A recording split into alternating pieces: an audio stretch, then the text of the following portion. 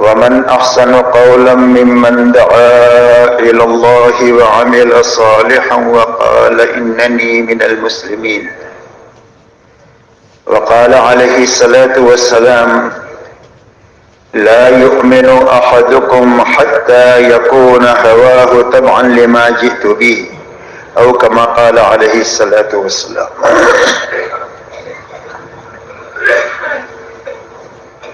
میرے محترم بزرگوں، دوستو،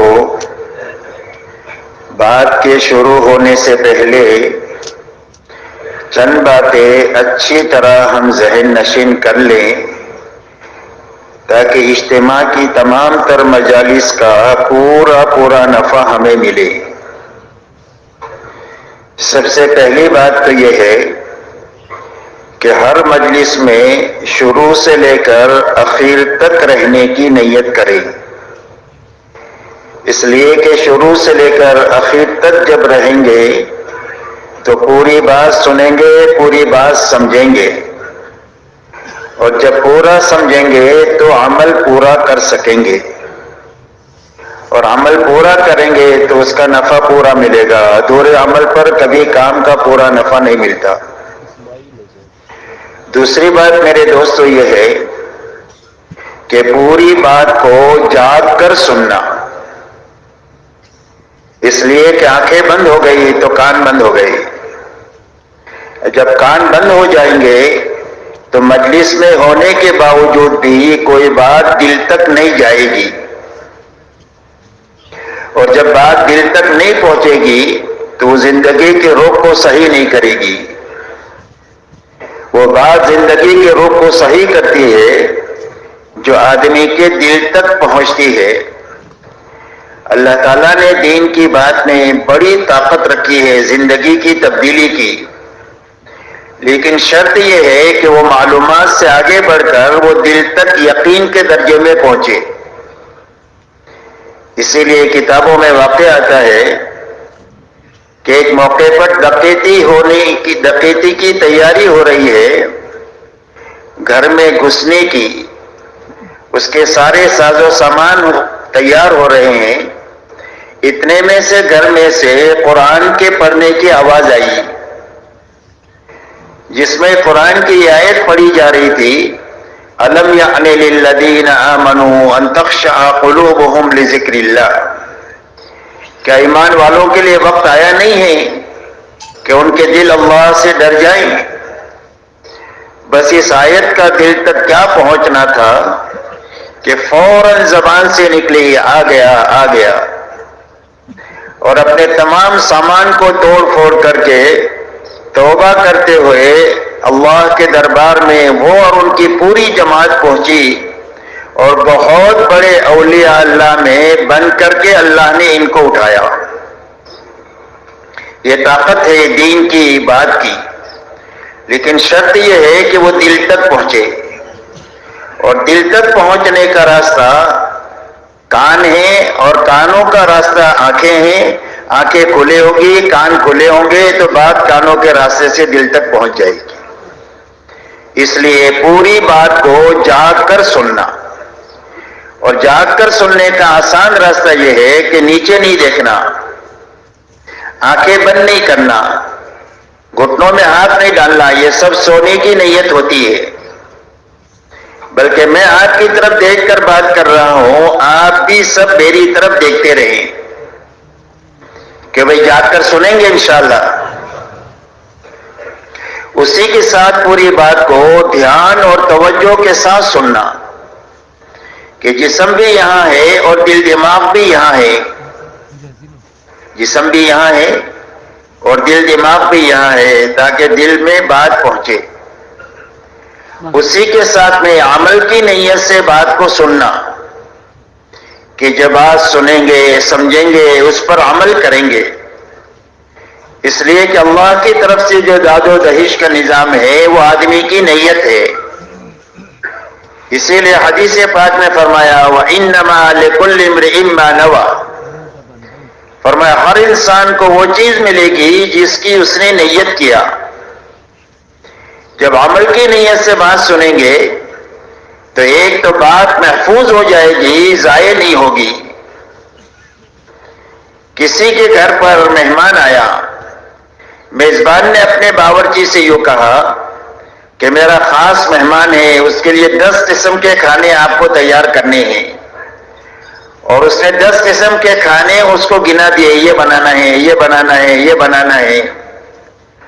اب میزبان کے پاس میں اور لوگ بھی بیٹھے ہوئے ہیں، اگر ان سے پوچھا جائے کہ ہم نے کیا بنانے کے لیے کہا تو بتا نہیں سکتے، لیکن باورچی جو ہے وہ بتا دے گا کہ آپ نے یہ بنانے کے لیے کہا، اس لیے کہ باورچی نے جو بات سنی ہے وہ کرنے کی نیت سے سنی ہے، تو بات محفوظ ہو گئی اس کے پاس میں۔ تو جب عمل کی نیت سے ہم بات سنیں گے تو بات محفوظ ہو جائے گی، وقت پر یاد آئے گی کہ فلانی مجلس میں ہم نے یہ بات سنی تھی، اس عمل کو ایسے ہی کرنا ہے۔ اس لیے عمل کی نیت سے بات کو سننا، تو اللہ عمل کی توفیق دیں گے، جی چاہے نہ چاہے، حالات سازگار ہو نہ سازگار ہو، ماحول مناسب ہو نامناسب ہو، ہر حال میں عمل کی جو توفیق ملے گی وہ عمل کی نیت کی وجہ سے ملے گی۔ اس لیے عمل کی نیت سے بات کو سننا اور اچھی طرح عمل کرتے ہوئے پورے عالم میں اور ساری انسانیت تک پہنچانے کی نیت سے بات کو سننا، کہ بات کو کہاں تک پہنچائیں گے؟ کہ پورے عالم میں پہنچائیں گے اور ساری انسانیت تک پہنچائیں گے۔ تو پورے عالم میں اور ساری انسانیت تک بات کے پہنچانے کا کیا راستہ ہے؟ عالم تو بہت بڑا ہے، کئی سو ملک ہے، اور انسانیت 700 کروڑ سے زیادہ ہے، اور چھوٹی سی ہماری زندگی ہے، وسائل بھی بہت تھوڑے ہیں، تو پورے عالم اور ساری انسانیت تک بات کے پہنچانے کا کیا راستہ ہے؟ کہ پورے عالم اور ساری انسانیت تک بات کے پہنچانے کا راستہ یہ ہے کہ جہاں تک اور جتنوں تک ہم جا سکتے ہیں اپنی زندگی میں جانا، اور جہاں تک نہیں جا سکے اور جتنے لوگوں تک نہیں پہنچ سکے وہاں تک بات کو پہنچانے کے لیے اپنی زندگی میں کام کرنے والے بہترین آدمی اور بہترین مجمع تیار کرنا، یہ محنت کا صحیح رخ ہے۔ اچھی طرح سمجھنا، اچھی طرح کرنا، اچھی طرح کرتے ہوئے اچھی طرح کرنے والے آدمی تیار کرنا، یہ محنت کا صحیح رخ ہے۔ حضور پاک صلی اللہ علیہ وسلم کو اللہ تعالیٰ نے بہت بڑا کام دے کر دنیا میں بھیجا۔ آپ کی محنت کا میدان پورا عالم ہے، ساری انسانیت ہے اور قیامت تک کا زمانہ ہے، اور اتنے بڑے کام پر قابو پانے کے لیے آپ کو صرف 23 سال کا زمانہ دیا گیا کہ اتنے تھوڑے سے عرصے میں اتنا بڑا کام کر کے ہمارے پاس آنا ہے۔ تو آپ کی محنت کا میدان پورا عالم ہے، ساری انسانیت ہے اور قیامت تک کا زمانہ ہے۔ اب اتنے بڑے کام پر قابو پانے کے لیے آپ نے محنت کا کیا راستہ لیا؟ آپ نے محنت کا راستہ یہ لیا کہ کام کرنے کے لیے اپنے آپ کو پوری طرح تھکاتے ہوئے، مٹاتے ہوئے، گھلاتے ہوئے آپ نے پورے حجاز میں کام کیا، اور آپ کی محنت کا میدان حجاز رہا۔ آپ کا نبوت کے بعد لمبے میں لمبا سفر جو ہے وہ تبوک تک کا ہے، اور باقی عالم پورا آپ کی محنت کا میدان ہے۔ تو اس علاقے پر کام کرتے ہوئے آپ نے 23 سالہ دور نبوت میں بہترین صحابہ کا عملہ تیار فرمایا، 1.25 لاکھ صحابہ کا مجمع، جو مجمع آپ کی زندگی کا آئینہ تھا، کہ صحابہ کی زندگی ایسی تھی جیسے حضور صلی اللہ علیہ وسلم کی زندگی۔ اسی لیے جب صحابہ کے بارے میں پوچھا گیا کہ یہ کون لوگ ہیں، فرمایا فرسان بالنہار ورہبان باللیل، بسام بالنہار وبکاء باللیل، فرمایا دن کے شہ سوار ہے اور راتوں کے یہ راہب ہے اور عبادت گزار ہے۔ کانوا قلیلا من اللیل ما یہجعون وبالاسحار هم یستغفرون، فرمایا راتوں کو یہ بہت کم سوتے ہیں اور آخر راتوں میں کر کے مٹ کے کھپ کے اللہ کے سامنے استغفار کرتے ہیں کہ کام کا حق تو ادا نہیں ہوا۔ فرمایا دین کو حشاش بشاش اللہ کے دین کا کام کرنے والے ہیں اور راتوں کو اللہ کے سامنے بہت زیادہ رونے والے ہیں. یہ صحابہ کی صفت بتلائی کہ ان کی شان یہ. تو حضور صلی اللہ علیہ وسلم کا دین دعوت اور تعلیم کے لیے اللہ تعالیٰ نے آپ کو داعی اور معلم بنا کر کے بھیجا تھا. تو آپ کے دین کا اکثر وقت دعوت اور تعلیم پر خرچ ہوتا تھا اور رات کا اکثر وقت آپ کا اللہ کے سامنے کھڑا ہونے میں، قرآن پڑھنے میں اور اللہ کے سامنے آہوزاری میں خرچ ہوتا تھا. یہاں تک کہ آپ اللہ کے سامنے رات کو اتنا کھڑا ہوتے تھے کہ آپ کے پیروں پر ورم آ جاتا تھا اور آپ کے سینے سے رونے کی آواز ایسی آتی تھی جیسا ہنڈیا کے ابلنے کی آواز آتی ہے. یہ آپ کا دن ہے اور یہ آپ کی رات ہے، اور یہی دونوں چیزیں آپ کے پورے مجمع میں منتقل ہوئی. 100% ایمان والے ان دو بنیادوں پر آئے، فرسان بالنہار و رہبان باللیل. فرمایا دن کے شہ سوار ہے کہ گھوڑے کی پشت پر سوار ہو کر پوری دنیا میں پھر رہے ہیں لوگوں کو اللہ کا تعارف کرانے کے لیے کہ اللہ کون ہے اور کیسے ہیں، اللہ کی کیسی شانیں ہیں، اللہ کتنی قدرت والے ہیں، اللہ کتنے بڑے ہیں، اللہ کتنے معاف کرنے والے ہیں، اللہ کتنے پکڑنے والے ہیں، اللہ کتنے بڑے پالنے والے ہیں، اللہ کتنے بڑی زندگی دینے والے ہیں، اللہ کتنے بڑے مارنے والے ہیں، اللہ کی شانیں لوگوں کو سمجھانے والے ہیں اور راتوں کے یہ عبادت گزار ہیں. اس لیے میرے دوستو کام کا صحیح رخ یہ ہے کہ کام کو پہلے تو اچھی طرح سمجھنا ہے. جب سمجھ لیں گے کسی چیز کو تو موت تک اس کو کر سکیں گے، اور اس کام کے پکڑنے چھوڑنے سے کام نہیں بنتا ہے، کام کو کرتے رہنے سے کام بنتا ہے. اور اللہ کی طرف سے مطالبہ ہے کرتے ہوئے جینے کا، کرتے ہوئے مرنے کا. فرمایا وَاعْبُدْ رَبَّكَ حَتَّىٰ يَأْتِيَكَ الْيَقِينُ. فرمایا اللہ کی اطاعت اور کام میں لگے رہو. کب تک؟ فرمایا موت تک. فرمایا لا تموتن الا وانتم مسلمون. اللہ جل شانہ فرماتے ہیں مسلمان ہو کر کے مریو. اس لیے اللہ کی طرف سے مطالبہ ہے کرتے ہوئے جینے کا، کرتے ہوئے مرنے کا. تو یہ اسی وقت میں ہو سکے گا جب آدمی کام کو اچھی طرح سمجھ کر کام پر اپنی اور پوری امت اور انسانیت کی زندگی کے بننے کے یقین کے ساتھ اس محنت میں چلے گا. اس لیے کہ سمجھنے کے معنی یقین کے ہے کہ دل میں یہ بات رچ بچ جائے کہ میری اور میری نسلوں کے اور پوری امت اور انسانیت کے سنبھلنے کی بنیاد اللہ کا دین ہے اور اللہ کے دین کی محنت ہے.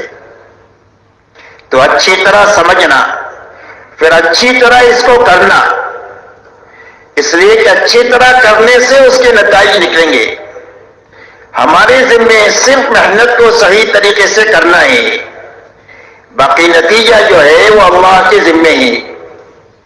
اسی لیے محنت کا نام کام ہے اور نتیجہ تو اللہ علیم اور حکیم ہے. اپنے علم اور حکمت سے کبھی جلدی نکال دیتے ہیں، کبھی دیر میں نکال دیتے ہیں، کبھی بہت اچھا نکال دیتے ہیں، کبھی کم اچھا نکالتے ہیں. یہ اللہ کے علم اور حکمت کی بات ہے. رہا ہمارے ذمے، فرمایا ہمارے ذمے صرف صحیح محنت کرنا ہے. گٹلی کو صحیح طریقے سے زمین میں رکھنا ہمارے ذمے ہے. درخت اللہ بناتے ہیں. نطفہ صحیح جگہ رکھنا انسان کے ذمے ہے، انسان اللہ بناتے ہیں. ایسا ہی محنت ہمارے ذمے ہے، نتیجہ اللہ ظاہر فرماتے ہیں. اس لیے کام کو اچھی طرح کرنا اور اچھی طرح کرتے ہوئے اچھی طرح کرنے والے آدمی اپنی زندگی میں تیار کر کے مرنا، بانجھ بن کر نہیں مرنا. ایک عورت زندگی بھر نکاح بھی رہی، ایک بھی بچہ پیدا نہیں ہوا، اس کو بانجھ کہتے ہیں. زندگی بھر تبلیغ کی لیکن ایسی تبلیغ کیا کہ ایک بھی آدمی تیار نہیں ہوا، بلکہ تیار ہونے کی بجائے ہماری زندگی ایسی رہی کہ کام سے وہ دور ہوتے رہے. تو یہ تبلیغی بانجھ بنا ہے. تو بانجھ بن کر نہیں مرنا، بلکہ مرتے وقت میں اپنے پیچھے عملہ بنا کر کے چھوڑنا جو اچھی طرح کام کو سمجھا ہوا ہو، تاکہ اطمینان کے ساتھ ہم جی بھی سکے اور اطمینان کے ساتھ ہم مر بھی سکیں. ان باتوں کی رعایت کے ساتھ میں ہمیں پوری بات کو سننا ہے. کیوں بھائی پورا مجمع تیار ہے؟ کیوں بھائی سو تو نہیں رہے؟ اپنے پڑوسیوں کو دیکھ لو. صبح میں دو کام کرنے پڑتے ہیں، ایک بیان کرنا پڑتا ہے اور ایک جگاتے رہنا پڑتا ہے. کیوں بھائی جگانا پڑے گا کہ جاگتے رہیں گے؟ کیوں بھائی جاگیں گے پورا مجمع. آپ اپنا خیال خود ہی رکھیے اپنے پڑوسی کا. کوئی سو رہا ہو تو اس کو محبت سے آپ جگا دیں.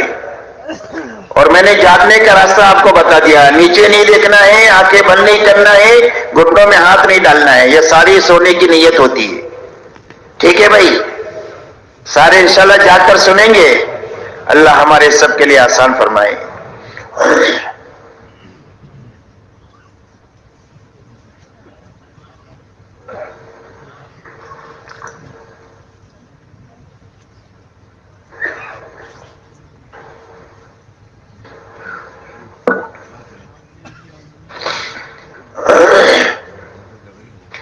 میرے محترم بزرگوں، دوستو، سمجھنے کی اور پوری امت اور انسانیت کو سمجھانے کی بات یہ ہے کہ اللہ تعالیٰ نے سارے انسانوں کے اس دنیا میں آنے کا ایک ہی راستہ بنایا ہے. مرد بھی، عورتیں بھی، شہزادے بھی، فقیر بھی، دنیا میں سارے انسان ایک ہی راستے سے آتے ہیں. اور وہ راستہ ماں کا پیٹ ہے. ہر بچہ اپنی ماں کے پیٹ میں 9 مہینہ پرورش پاتا ہے. اور اللہ جل شانہ اپنی قدرت سے وقت پر اس کو دنیا میں لاتے ہیں. تو پوری دنیا میں آنے کا ایک ہی راستہ ہے سب کے لیے. ایسا اس دنیا سے جانے کا ایک ہی راستہ ہے، اور وہ راستہ موت کا ہے. ہر آدمی یہاں سے دنیا کی زندگی سے جو جاتا ہے وہ موت کے راستے سے جاتا ہے. آنے کا ایک ہی راستہ ہے، جانے کا ایک ہی راستہ ہے. اسی طرح آنے اور جانے کی جو چھوٹی سی زندگی ہے، یہ زندگی کے بارے میں جناب رسول اللہ صلی اللہ علیہ وسلم ارشاد فرماتے ہیں کہ دنیا کی مثال ایسی ہے جیسا کہ تم میں کا کوئی آدمی اپنی انگلی کو سمندر میں ڈالے اور باہر نکالے. فرمایا انگلی پر آنے والا یہ پانی یہ دنیا ہے، اور یہ ٹھاٹھے مارتا ہوا سمندر جو ہے وہ آخرت ہے. تو دنیا چھوٹی بھی ہے اور تھوڑی بھی ہے، اور زندگی تو اتنی تھوڑی ہے کہ قیامت کا ایک دن 50,000 سال کا دن ہوگا. اب اس کے مقابلے میں 60-70 سال زندگی کا کیا حساب بنتا ہے آپ خود ہی حساب کر لیں. تو زندگی چھوٹی بھی ہے، تھوڑی بھی ہے. تو آنے جانے کی یہ چھوٹی سی زندگی، بیچ کی زندگی، اور موت کے بعد کی کبھی نہ ختم ہونے والی آخرت کی زندگی، کہ جس زندگی کے بارے میں اللہ والے یہ فرماتے ہیں کہ اگر آسمان اور زمین کے درمیان کی خالی جگہ کو رائی کے دانوں سے بھر دیا جائے اور ایک پرندہ 1000 سال میں ایک دانہ کھائے تو ہو سکتا ہے کہ خرب خرب سال میں جا کر یہ دانے ختم ہو جائے، لیکن آدمی کی زندگی جو موت کے بعد شروع ہوگی وہ کبھی ختم نہیں ہوگی. ایسی نہ ختم ہونے والی زندگی ہر ایک انسان کے سامنے آنے والی ہے، چاہے اس کو مانے یا نہ مانے، چاہے اس کی تیاری کرے یا نہ کرے. ہر حال میں یہ زندگی آنے والی ہے، اس لیے کہ موت کے بارے میں ساری انسانیت کا اتفاق ہے کہ جو دنیا میں آیا ہے اسے مرنا ہے. اللہ کے بارے میں تو اختلاف کرنے والے لوگ ملیں گے، نبی سے اختلاف کرنے والے ملیں گے، اللہ کی کتاب سے اختلاف کرنے والے ملیں گے، لیکن موت ایک ایسی حقیقت ہے کہ اس میں دہریہ سے دہریہ بھی اس کا انکار نہیں کر سکتا. تو یہ دونوں زندگیوں کے بننے کا بھی ایک ہی راستہ ہے، اور وہ راستہ صرف دین کا ہے. اس لیے ہر زمانے میں انسانوں کی دنیا اور آخرت کے بنانے کے لیے اللہ نے نبیوں کے راستے سے زندگی گزارنے کے طریقے دنیا میں دیے، اور اللہ نے اپنی سنت روئے زمین پر یہ جاری فرمائی کہ جو کوئی بھی دینداری کے ساتھ جیے گا اور دینداری پر مرے گا، اللہ اس کی دنیا بھی اچھے سے اچھی بنا دیں گے اور اس کی آخرت بھی اچھے سے اچھی بنا دیں گے۔ دنیا کا بننا یہ نہیں ہے کہ دینداری کے راستے سے غریب ہے تو مالدار ہو جائے گا، بلکہ دنیا کی زندگی کا بننا یہ ہے کہ جس حال میں بھی ہوگا اللہ دینداری کی برکت سے اس کے دل میں اطمینان کا وہ دریا بھر دیں گے کہ بڑے بڑے بادشاہوں کو وہ سکون اور اطمینان نہیں ہوگا جو ایک جھوپڑے میں رہنے والے دیندار کو اللہ وہ اطمینان عطا فرمائیں گے۔ تو دین زندگی کا بننا دنیا کا یہ ہے کہ دلوں میں اطمینان ہو، چین ہو، سکون ہو، آپس میں محبتیں ہوں۔ محبتوں سے زندگی آسان ہو جاتی ہے، جھگڑوں سے زندگی مشکل ہو جاتی ہے۔ تو اللہ تعالیٰ محبتیں پیدا فرما دیں گے آپس میں۔ مقدر کی جو تھوڑی زیادہ روزی اللہ نے لکھی ہے وہ حلال اور برکت والی بنا کر کے دیں گے کہ دکھنے میں چھوٹی سی کمائی ہے لیکن اس کا گھرانہ تو چلے گا، سینکڑوں گھرانے اس پر پلیں گے۔ اللہ اتنی برکت دیں گے، اس میں برکت والی دیں گے اور حلال دیں گے۔ اللہ تعالیٰ دعاؤں میں قبولیت عطا فرمائیں گے، اس لیے کہ دنیا حالات کا گھر ہے، کبھی انسان کا یکساں حال نہیں رہتا، کبھی بیماری ہے، کبھی تندرستی ہے، کبھی راحت ہے، کبھی تکلیف ہے، کبھی مالداری ہے، کبھی غریبی ہے، کبھی اجتماعی حالات ہے، کبھی انفرادی حالات ہے۔ تو حالات سے نکلنے کے لیے اللہ تعالیٰ ہر دیندار کو دعا کی وہ قبولیت عطا فرما دیں گے کہ جب اپنے رب کے سامنے ہاتھ اٹھائے گا اللہ اس کی دعا کی برکت سے بڑے بڑے کام دعا کے راستے سے کر دیں گے۔ تو دعاؤں میں اللہ تعالیٰ قبولیت عطا فرما دیں گے اور زندگی ایسی صاف ستھری بنا دیں گے کہ ہر دیکھنے والا آدمی اس زندگی پر رشک کرے کہ یہ زندگی تو مجھے بھی ملنی چاہیے۔ تو یہ زندگی دنیا کی بھی بننا اور آخرت کی ہر گھاٹی عافیت سے پار ہونے کی بنیاد صرف اللہ کا دین ہے۔ اسی لیے فرمایا کہ اللہ کی یہ سنت جو ہے اس میں کبھی بھی تبدیلی نہیں ہوگی۔ فَلَن تَجِدَ لِسُنَّتِ اللَّهِ تَبْدِيلًا وَلَن تَجِدَ لِسُنَّتِ اللَّهِ تَحْوِيلًا، اللہ کی سنت کو کبھی بھی بدلتا ہوا نہیں پائیں گے۔ اللہ جس کسی کو بھی کامیاب کریں گے اس کو دین کے راستے سے کریں گے اور جس کسی کو بھی ناکام کریں گے اللہ اس کو بے دینی کے راستے سے کریں گے۔ اسی لیے یہ حقیقت ساری انسانیت کو قیامت تک کے زمانے میں جتنی آنے والی ہے ان کو سمجھانے کے لیے اللہ نے قرآن میں نبیوں کے اور ان کی پیروی کرنے والوں کے انجام کو بیان کیا ہے کہ ہر زمانے میں یہ تھوڑے بھی رہے اور کمزور بھی رہے، تھوڑے بھی رہے اور کمزور بھی رہے اسباب اور وسائل کے اعتبار سے، لیکن کمزوری اور قلت کے باوجود بھی اللہ نے نتیجتاً ان کو بے سر و سامانی میں چمکا دیا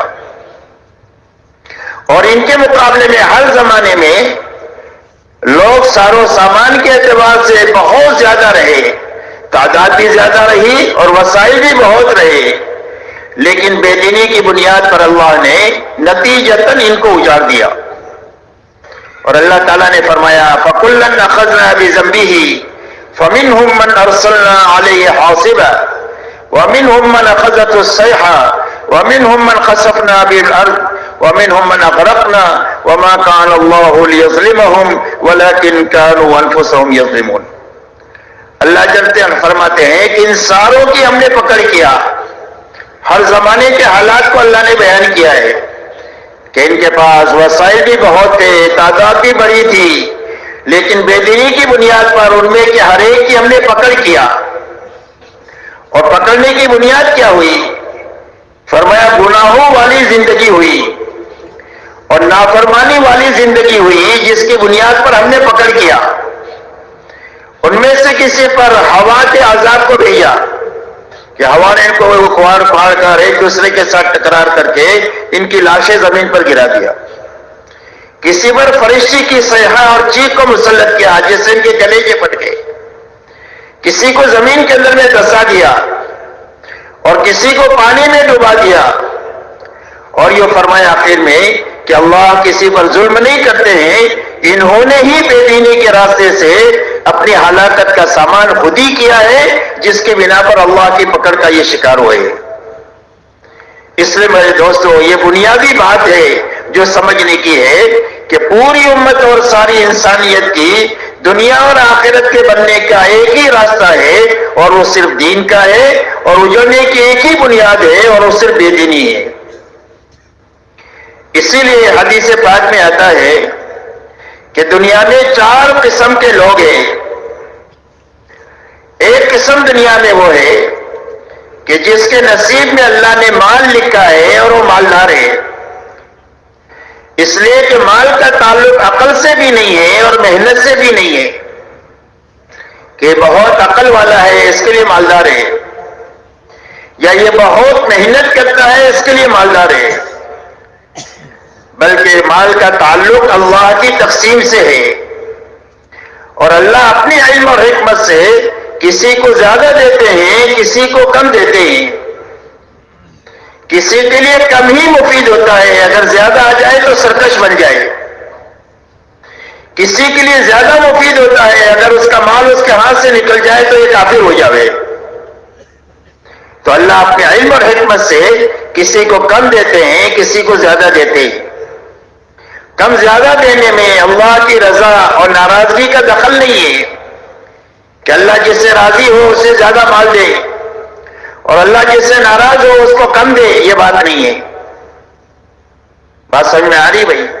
بلکہ اللہ اپنے علم حکمت سے کسی کو کم دیتے ہیں، کسی کو زیادہ دیتے ہیں۔ اب ایک آدمی کے نصیب میں اللہ نے زیادہ مال رکھا اور اس نے اپنی جان لگا کر دین حاصل کیا، اس لیے کہ مال تو آیا تقدیر سے اللہ کی، لیکن دین جو آئے گا وہ ہر آدمی کی اپنی محنت سے آئے گا۔ تو اس نے اپنی جان لگا کر کے دین حاصل کیا۔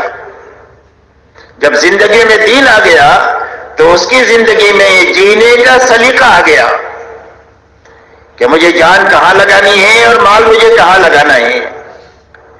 ابھی اپنی جان مال کو اللہ کی مرضیات پر لگا رہا ہے کہ اللہ کی طرف سے حکم آیا جان کے لگانے کا، عبادت کے لائن کا تو عبادت پہ لگ رہا ہے، مال کے لگانے کا تقاضا آیا عبادت کی لائن کا تو اس میں عبادت پہ مال کو لگا رہا ہے۔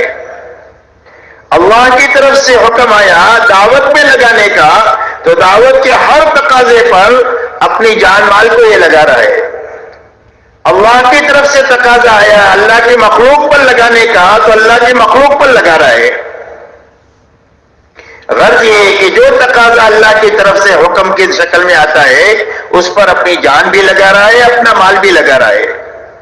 فرمایا دنیا میں ایک قسم یہ ہے۔ دوسری قسم دنیا میں وہ ہے کہ جس کے نصیب میں اللہ نے مال نہیں لکھا ہے لہذا وہ فقیر ہے۔ مال نہیں لکھا ہے تو وہ فقیر ہے، لیکن فقیر ہونے کے باوجود اس نے اپنی جان لگا کر اپنے آپ کو تھکا کر دین حاصل کر لیا، اس لیے کہ دین کے حاصل کرنے کے لیے مال کی ضرورت نہیں ہے، دین حاصل کرنے کے لیے جان لگانے کی ضرورت ہے۔ جان لگانے سے آدمی کی زندگی میں دین آتا ہے، جان کھپانے سے آدمی کی زندگی میں دین آتا ہے۔ ایک آدمی اگر پورے دارالعلوم کا خرچ نبھائے تو اس کی سورہ فاتحہ ٹھیک نہیں ہوگی جب تک خود بیٹھ کر سورہ فاتحہ کو یاد نہیں کرے گا۔ کہ بات سمجھ میں آ رہی ہے؟ تو دین زندگی میں لانے کے لیے جان زیادہ لگانی پڑتی ہے بنسبت مال کے، لہذا اس غریب نے اپنی جان لگا کر کے دین حاصل کیا۔ اسی لیے پچھلے زمانے میں شروع میں ایک جماعت آئی چلہ لگا کر کے، پوچھا گیا کہ بھی چلے میں کتنا خرچ ہوا؟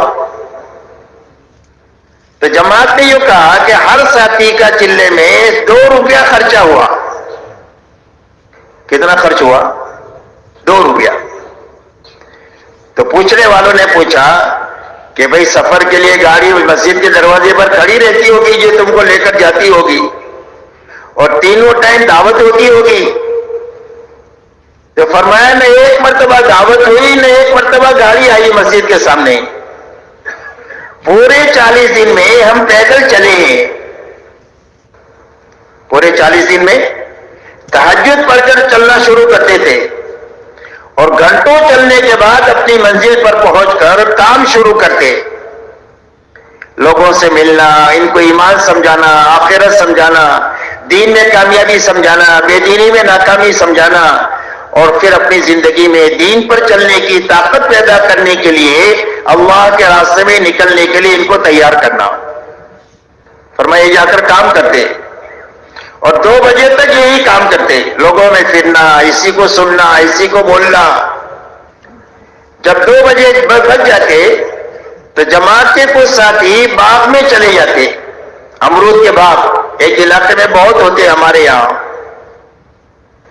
تو سیزن میں چند پیسوں میں ٹوکری مل جاتی ہے امرود کی، تو فرمایا چند پیسوں میں وہ امرود کی ٹوکری لے کر 2 ساتھی آ جاتے، سارے ساتھی مل کر وہ امرود کھا لیتے۔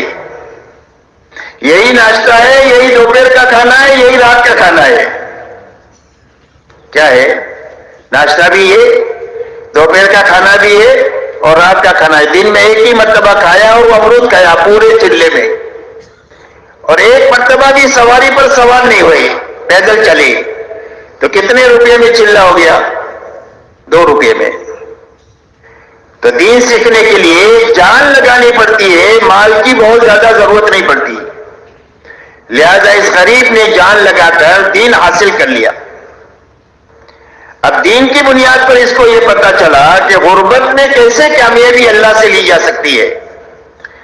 اب یہ مالدار دیندار کو دیکھتا ہے تو اس کے دل میں بھی یہ جذبہ اٹھتا ہے کہ اگر اللہ نے بھی مجھے مال دیا ہوتا تو جب عبادت کے تقاضے پر لگانے کا حکم آتا تو عبادت میں لگاتا، اور دعوت پر لگانے کا تقاضا آتا تو میں بھی دنیا میں ایسے ہی پھرتا جیسے یہ مالدار دیندار پھر رہا ہے، اور اللہ کی مخلوق پر لگانے کا موقع آتا تو میں بھی ایسا ہی لگاتا جیسے یہ مالدار دیندار لگا رہا ہے۔ حدیث پاک میں جناب رسول اللہ صلی اللہ علیہ وسلم ارشاد فرماتے ہیں فَكِلَاهُمَا فِي الْأَجْرِ سَوَاءٌ، فرمائے دونوں قسم اللہ کے یہاں اجر اور ثواب کے اعتبار سے برابر ہے۔ جو مالدار دیندار کا اللہ اکرام کریں گے، اللہ اس غریب کا وہی اکرام کریں گے جو اس مالدار دیندار کا کریں گے۔ فرمایا اجر اور ثواب کے اعتبار سے دونوں برابر ہے۔ حضور پاک صلی اللہ علیہ وسلم کے زمانے میں مہاجرین آئے آپ کے پاس،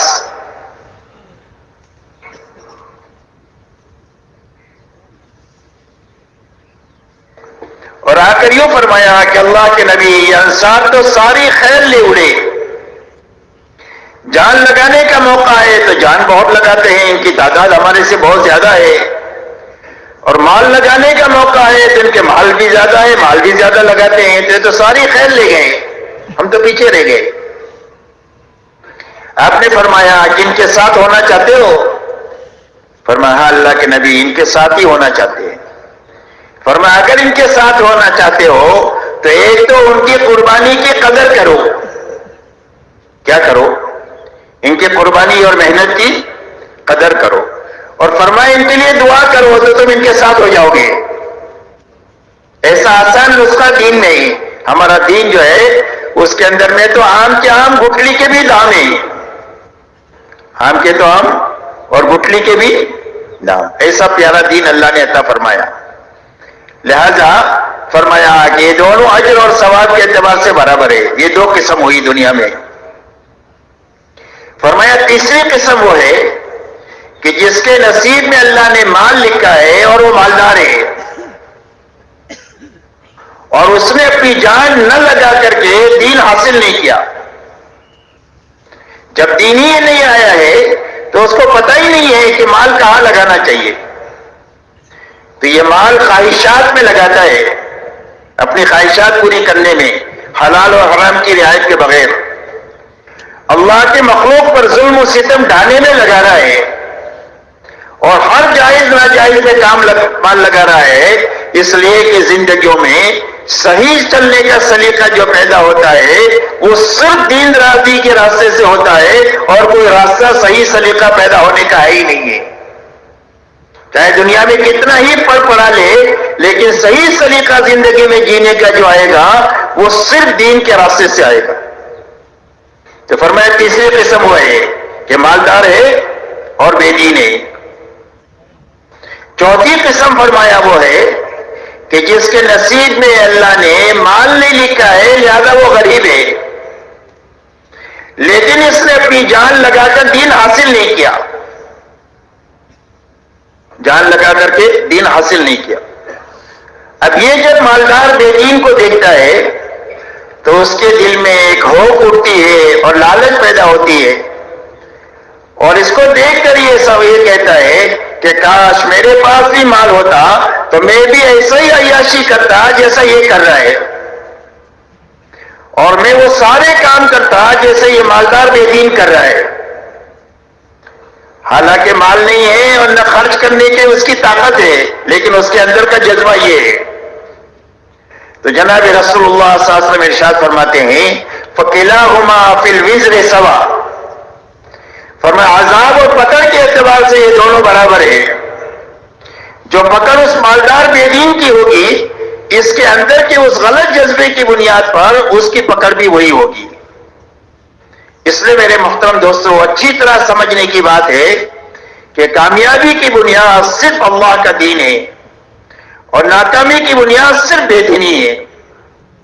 اللہ نے ہمارے پر احسان فرمایا کہ اللہ تعالیٰ نے ہمیں مسلمان گھرانے میں پیدا فرما کر اسلام بھی عطا فرمایا اور ایمان کی رمق بھی عطا فرما دیا۔ یہ اللہ کا خصوصی انعام ہے جو کروڑوں انسانوں میں سے چن کر اللہ نے ہمیں اتنی بڑی نعمت عطا فرمائی ہے۔ اس لیے کہ اللہ کے یہاں جو پسندیدہ طریقہ ہے وہ صرف دین اسلام ہے، اور پوری انسانیت کا ایک ہی مذہب ہے اور وہ دین اسلام ہے۔ اللہ نے سارے مذاہب کو منسوخ فرما کر ساری انسانیت کے لیے ایک ہی طریقہ پسند کیا، اور قرآن میں اعلان فرمایا ان الدین عند اللہ الاسلام، فرمایا زندگی گزارنے کا جو طریقہ اللہ کے یہاں پسندیدہ ہے وہ صرف دین اسلام ہے۔ وَمَن يَبْتَغِي غَيْرَ الْإِسْلَامِ دِينًا فَلَن يُقْبَلَ مِنْهُ وَهُوَ فِي الْآخِرَةِ مِنَ الْخَاسِرِينَ، فرمایا اسلام کے علاوہ کسی اور راستے پر چل کر کے کوئی آئے گا، اللہ کے یہاں وہ راہ مقبول نہیں ہوگی اور وہ آخرت میں زبردست نقصان اٹھانے والا ہوگا۔ اس کی موت مشکل ہو جائے گی، قبر جہنم کا گڑھا بن جائے گی، قیامت کے ہولناک دن میں ذلت اور رسوائی کا سامنا کرنا پڑے گا، پل صراط پر سے کٹ کر یہ جہنم میں گر جائے گا، وہاں سے نکل نہیں سکے گا جو اسلام کے علاوہ کسی اور راستے پر چل کر آئے گا۔ اللہ نے احسان فرما کر ہمیں اتنی بڑی نعمت بغیر مانگے اور بغیر استحقاق کے اللہ نے عطا فرمائی۔ اب اللہ جل شانہ کا مطالبہ ہر ایمان والے سے یہ ہے کہ اسلام میں پورے داخل ہو جاؤ۔ اللہ جل شانہ ارشاد فرماتے ہیں یا ایھا الذین آمنوا ادخلوا فی السلم کافہ ولا تتبعوا خطوات الشیطان انہ لکم عدو مبین۔ اللہ جل شانہ فرماتے ہیں کہ اے ایمان والو دین میں اسلام میں پورے داخل ہو جاؤ، اور شیطان کے نقش قدم پر مت چلو، اس لیے کہ شیطان تمہارا کھلا ہوا دشمن ہے۔ اس آیت کریمہ کے شان نزول کے بارے میں مفسرین نے یہ لکھا ہے کہ یہ آیت اتری ہے حضرت عبداللہ ابن سلام رضی اللہ تعالیٰ عنہ کے بارے میں، جو اسلام سے پہلے ایک سچا آسمانی مذہب تھا، اس کے یہ ماننے والے تھے، اور اس مذہب کے اندر میں اونٹ کا گوشت کھانا منع تھا۔ ان کے دل میں یہ جذبہ پیدا ہوا کہ اسلام میں اونٹ کا گوشت کھانا فرض واجب نہیں ہے، حلال ہے، بہت ساری چیزیں حلال ہیں، آپ کرے تو کوئی حرج نہیں، نہ کرے تو کوئی بات نہیں۔ تو ان کے دل میں یہ جذبہ پیدا ہوا کہ اگر میں اونٹ کا گوشت نہ کھاؤں تو پہلا جو سچا آسمانی مذہب تھا اس پر بھی میرا عمل ہو جائے گا اور اسلام پر بھی عمل ہو جائے گا۔ ایسے اچھے جذبے سے ایک مباح چیز کو چھوڑا، فرض نہیں چھوڑا، کوئی واجب نہیں چھوڑا، کوئی گناہ کا کام نہیں کیا، ایسے اچھے جذبے سے ایک مابعد چیز کو چھوڑا، تو اس پر اللہ کی طرف سے قرآن میں آیت اتر رہی ہے کہ اے ایمان والو، اسلام میں پورے داخل ہو جاؤ اور شیطان کے نقش قدم پر مت چلو، اس لیے کہ شیطان تمہارا کھلا ہوا دشمن ہے۔ اسلام کے آنے کے بعد کسی اور تہذیب اور تمدن کی طرف، کسی اور کے طور طریق کی طرف اور کسی اور مذہب کی طرف تمہاری للچائی ہوئی نگاہوں سے دیکھنا، اللہ اس کو برداشت نہیں کریں گے۔ اس لیے کہ ہم نے دین اسلام پورا دیدار دیا ہے۔ الیوم اکملت لکم دینکم واتممت علیکم نعمتی ورضیت لکم الاسلام دینا، فرمایا ہم نے تمہارے لیے دین کو پورا اتار دیا ہے، کوئی چیز ایسی نہیں چھوڑی کہ جس میں تمہاری رہبری نہ کی ہو۔ جوتا پہننے کا طریقہ بھی بتایا، نماز پڑھنے کا طریقہ بھی بتایا، شادی کرنے کا طریقہ بھی بتایا، حکومت کرنے تک کا طریقہ بتا دیا کہ زندگی کے ہر حرکت و سکون میں اللہ کی طرف سے اور اللہ کے نبی کی طرف سے پوری رہبری ملے گی کہ اس کام کو کیسے کرنا ہے کہ جس کی وجہ سے تمہاری دنیا دین بن جائے۔ اسی لیے مسلمان کا کوئی بھی کام دنیا نہیں ہے، مسلمان کا ہر کام دین ہے۔ شرط یہ ہے کہ اس کام کو حکم کے مطابق کرے اور حضور صلی اللہ علیہ وسلم کے طریقے کے مطابق کرے۔ جب طریقے کے مطابق کرے گا اور حکم کے مطابق کرے گا تو اس کی عبادت بھی دین بن جائے گی، اس کا بیوی بچوں میں رہنا بھی دین بن جائے گا، اس کا کاروبار کرنا بھی دین بن جائے گا، اس کا جاگنا بھی دین، اس کا سونا بھی دین۔ حدیث پاک میں آتا ہے کہ ایک آدمی نے عشاء کی نماز جماعت کے ساتھ پڑھی تو فرمایا ایسا ہے جیسا کہ آدھی رات اس نے اللہ کے سامنے نماز میں قیام کیا، اور فجر کی نماز جماعت کے ساتھ پڑھی تو ایسا ہے کہ پوری رات اللہ کے سامنے عبادت میں گزاری۔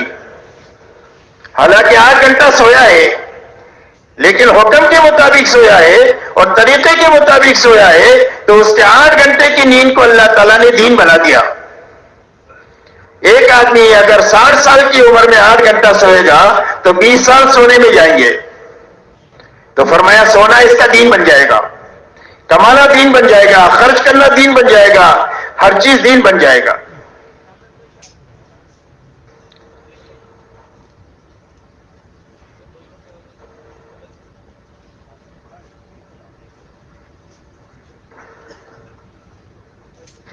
اس نے فرمایا کہ ہم نے تمہارے لیے دین کو پورا اتار دیا ہے اور اپنی نعمتوں کو تمہارے پر تمام کر دیا ہے۔ اللہ کی طرف سے ساری نعمتیں راضی ہو کر جو ملے گی وہ دین کے راستے سے ملے گی۔ جو نعمتیں اللہ کی طرف سے راضی ہو کر ملے گی وہ دین کے راستے سے ملے گی۔ تو فرمایا ہم نے اپنی نعمتوں کو تمہارے پر پورا اتار دیا ہے اور ہم نے اسلام تم کو پسند کر کے دیا ہے، ہمارا پسندیدہ طریقہ ہے، پسند کر کے ہم نے تم کو دیا ہے، اب ادھر ادھر پاک جا کی اجازت نہیں ہے۔ اس لیے میرے دوستو، دعوت اور تبلیغ کی محنت اس بات کی ہے کہ ہر فرد امت میں پورے دین پر چلنے کی طاقت پیدا ہو جاوے۔ امت کا المیہ یہ نہیں ہے کہ امت کو دین معلوم نہیں ہے، اور امت کا المیہ یہ نہیں ہے کہ امت کے بعد دین پر چلنے کے وسائل نہیں ہیں۔ معلومات بھی خوب ہے، وسائل بھی خوب ہے۔ امت کا المیہ یہ ہے کہ امت کے دین پر چلنے کی طاقت کی کمی ہے، اور یہ کمی کفر کی وجہ سے نہیں ہے۔ کتنا ہی گناہوں میں ڈوبا ہوا مسلمان ہو، ہم اس کے اوپر کفر کا فتویٰ نہیں لگائیں گے، ہم ان گناہوں سے نفرت کریں گے، گنہگار سے محبت کریں گے۔ جیسے بیماری سے نفرت ہوتی ہے، بیمار سے محبت ہوتی ہے، اس لیے کہ بیمار تو بیوی ہوتی ہے، باپ ہوتا ہے، بیٹا ہوتا ہے، اس سے آدمی کیسے نفرت کرے گا؟ ایسے ہی سارے گناہوں سے نفرت، لیکن گنہگار سے محبت ہم کریں گے۔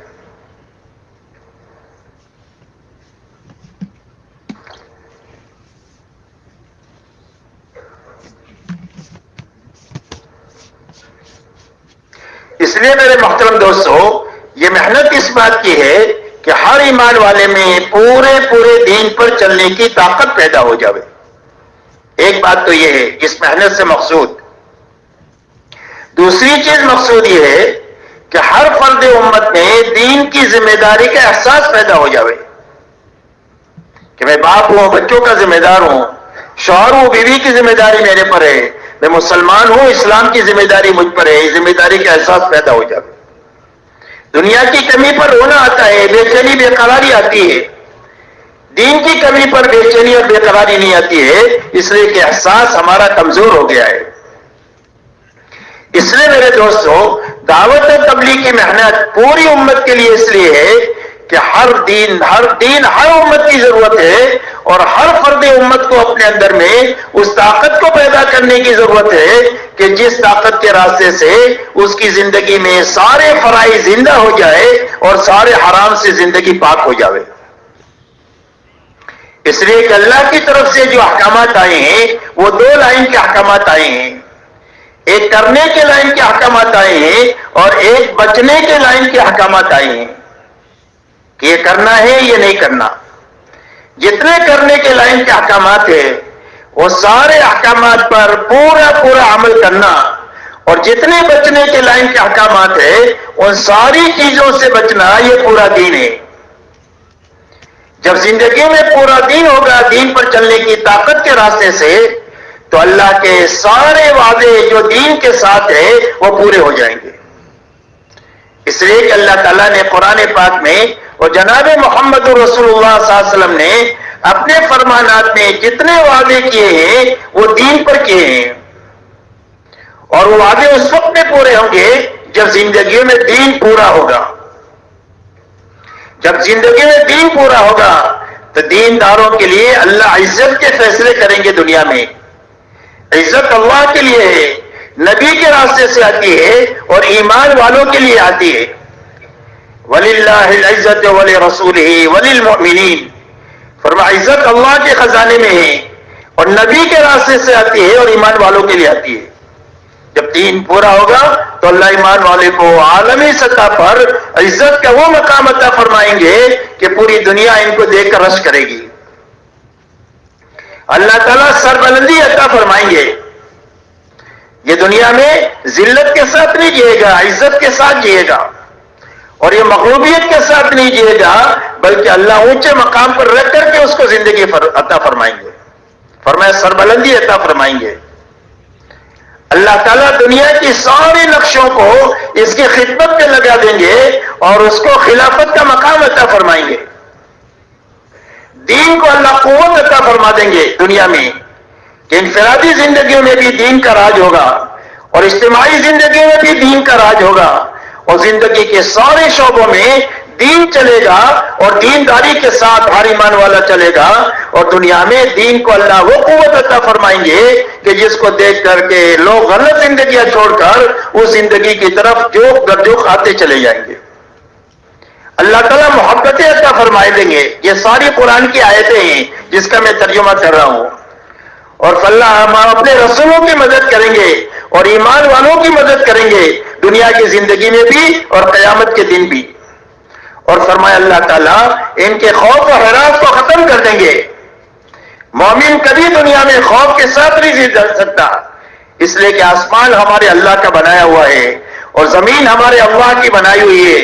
اللہ کی زمین پر اللہ والے عزت کے ساتھ، امن کے ساتھ اور محبتوں کے ساتھ اور عزت کے ساتھ دنیا میں جئیں گے.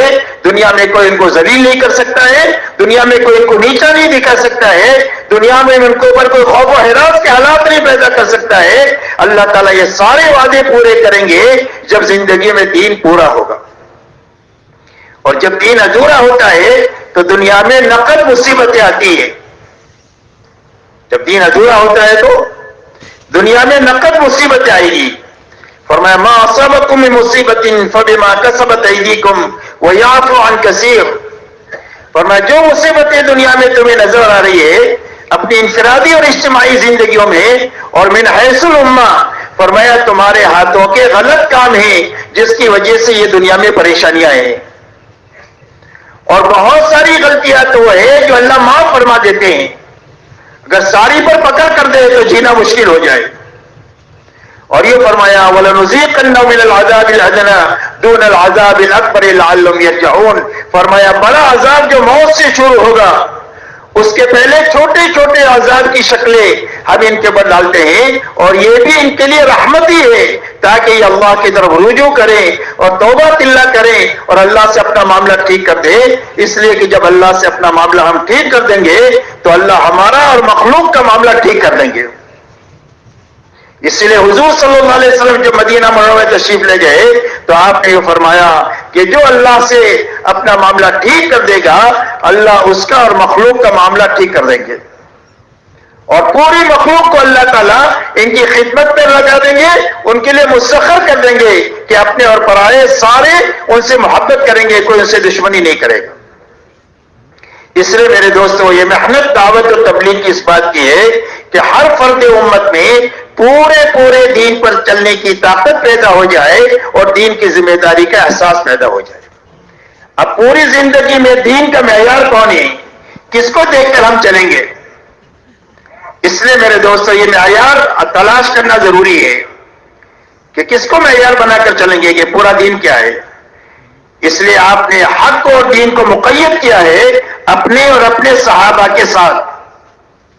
آپ سے پوچھا گیا حق کیا ہے، فرمایا ما انا علیہ واصحابی، فرمایا جس پر میں ہوں اور میرے صحابہ ہے وہ حق ہے. قیامت حق کے سمجھنے کا اور دین کے سمجھنے کا معیار آپ کی اور آپ کے صحابہ کی زندگی ہے. اسی لیے اللہ نے فرمایا لقد کان لکم فی رسول اللہ اسوۃ حسنہ، تمہارے لیے حضور صلی اللہ علیہ وسلم کی زندگی میں بہترین نمونہ ہے. حضور صلی اللہ علیہ وسلم کی زندگی میں بہترین نمونہ ہے. اپنی زندگی کو آپ کے سانچے میں ڈھال کر زندگی گزارو، اور آپ نے اپنے ساتھ اپنے صحابہ کو ملا دیا. فرمایا حق وہ ہے جس پر میرے صحابہ ہیں اور میں ہوں. اور یوں فرمایا اصحابی کالنجوم بأی مقتدیتم اہتدیتم، میرے سارے صحابہ ستاروں کے مانند ہیں، جن کے پیچھے بھی تم چلو گے وہ تم کو اللہ تک اور جنت تک پہنچا دیں گے. اس لیے حق کے سمجھنے کا معیار آپ کی اور آپ کے صحابہ کی زندگی ہے. ہمارا میرے دوستو المیہ یہ ہے کہ ہم دین کے معاملے میں نیچے دیکھتے ہیں اور دنیا کے معاملے میں اوپر دیکھتے ہیں. تو ساری نعمتوں کے باوجود ناقدری اور ناشکری ہے. اللہ نے سب کچھ دیا رکھا ہے لیکن ہر وقت یہ احساس ہے کہ بھئی آگے ہونا چاہیے، یہ تو کم ہے. اس لیے کہ اوپر دیکھنے کی عادت بنی ہے ہماری، اور دین کے معاملے میں نیچے دیکھنے کی عادت بنی ہے. اس لیے دین کی کمی کا احساس نہیں ہے، باوجود اس کے کہ زندگیوں میں بے دینی کوٹ کوٹ کے بھری ہوئی ہے. لیکن ہر آدمی کو یہ گمان ہو گیا ہے کہ میں تو دیندار ہوں. حالانکہ میرے دوستو حکم اس بات کا ہے کہ دنیا کے معاملے میں نیچے دیکھا جائے اور دین کے معاملے میں اوپر دیکھا جائے. فرمایا صابرین اور شاکرین میں سے کوئی ہو نہیں سکتا ہے جب تک دنیا کے معاملے میں نیچے نہ دیکھے اور دین کے معاملے میں حضور اور صحابہ کو سامنے رکھ کر کے نہ چلے. اور اللہ تک پہنچنے کا اور جنت تک پہنچنے کے یہی دو راستے ہیں، ایک شکر کا راستہ ہے اور ایک صبر کا راستہ ہے. کہ صبر کے راستے سے اور شکر کے راستے سے اللہ تک پہنچ جائیں گے اور جنت تک پہنچ جائیں گے. اس لیے میرے محترم دوستو یہ ہم کو دین کے معاملے میں وہاں دیکھنا ہے. اسی لیے مولانا الیاس صاحب رحمۃ اللہ علیہ سے جب پوچھا گیا کہ آپ اس محنت سے کیا چاہتے ہیں،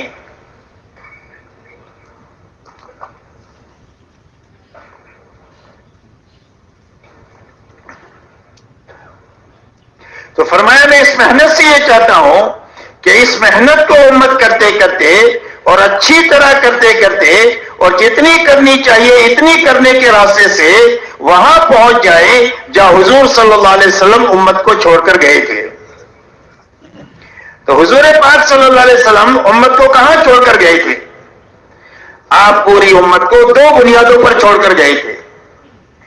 ایک تو ہر فرد امت میں پورا دین اپنی حقیقت کے ساتھ پایا جاتا تھا. ایک بنیاد پوری امت میں یہ زندہ تھی کہ پورا دین تھا، حقیقت کے ساتھ تھا. دین ادھورا ہے تو مصیبت آئے گی. دین میں حقیقت نہیں ہے، رسم ہے، رواج ہے، تو بھی اللہ کے وعدے پورے نہیں ہوں گے. تو ایک تو پورا دین اپنی حقیقت کے ساتھ تھا.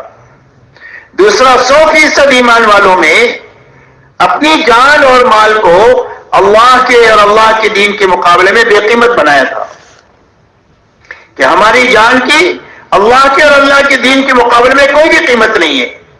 ویسے ایک مومن کی جان کی قیمت یہ ہے کہ اگر پورا عالم اس کے قتل پر جمع ہو جائے تو اللہ سب سے انتقام لے گا. ایک مومن اللہ کی نگاہ میں اتنا قیمتی ہے. لیکن اللہ کے مقابلے میں ہماری جان کی کوئی بھی قیمت نہیں. ایک بھی لگا سکتے ہیں, 1000 بھی لگا سکتے ہیں. اللہ کے دین کے تقاضے پر ایک بھی لگا سکتے ہیں, 1000 بھی لگا سکتے ہیں. ایسے ہی ہمارے مال کی کوئی قیمت نہیں اللہ کے اور اللہ کے دین کے مقابلے میں. مال کا تقاضا ہوگا تو 100 لگا سکتے ہیں, 1000 لگا سکتے ہیں.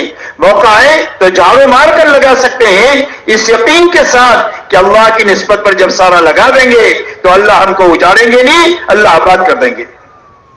اس لیے کہ جو اللہ سے معاملہ کرتا ہے کبھی گھاٹے میں نہیں رہتا. جو اللہ سے معاملہ کرے وہ کبھی گھاٹے میں نہیں رہتا. حضرت صہیب ہجرت کے لیے نکلے مکہ سے. مکے والوں نے سب کچھ لے لیا ان کے پاس سے اور یہ پہنے کپڑے مدینہ میں پہنچے. آپ نے ان کو دیکھ کر یہ فرمایا, ربیع البیع یا ابا یحییٰ, اے ابو یحییٰ تم تو بہت نفع کا سودا کر کے آئے, حالانکہ لٹ لٹا کر کے آئے تھے. اور یہ آتا ہے کہ مدینہ منورہ میں جو بہت زیادہ خرچ کرنے والے لوگ تھے اس میں حضرت صہیب تھے. تو کہاں سے آیا کہ جب اللہ کی نسبت پر لگا دیا تو اللہ نے اتنا دیا کہ مدینہ میں جو زیادہ خرچ کرنے والے لوگ تھے ان میں ایک نام ان کا تھا. حضرت عمر ان کو کہتے تھے کہ تم اسراف کرتے ہو. حضرت صہیب نے فرمایا کہ میں خیر کے کاموں میں خرچ کرتا ہوں اور خیر کے کام میں کوئی اسراف نہیں ہوتا, غلط جگہ میں نہیں خرچ کرتا. اس لیے میرے دوستو اللہ سے جو معاملہ کرتا ہے وہ کبھی گھاٹے میں نہیں رہتا. فرمایا ان 2 بنیادوں پر امت کو چھوڑا تھا اور ان 2 بنیادوں کی وجہ سے ایک کمزور اور چھوٹی جماعت کے ہاتھوں اللہ تعالیٰ نے پوری دنیا کے سوئے ہوئے نصیب کو جگایا ہے.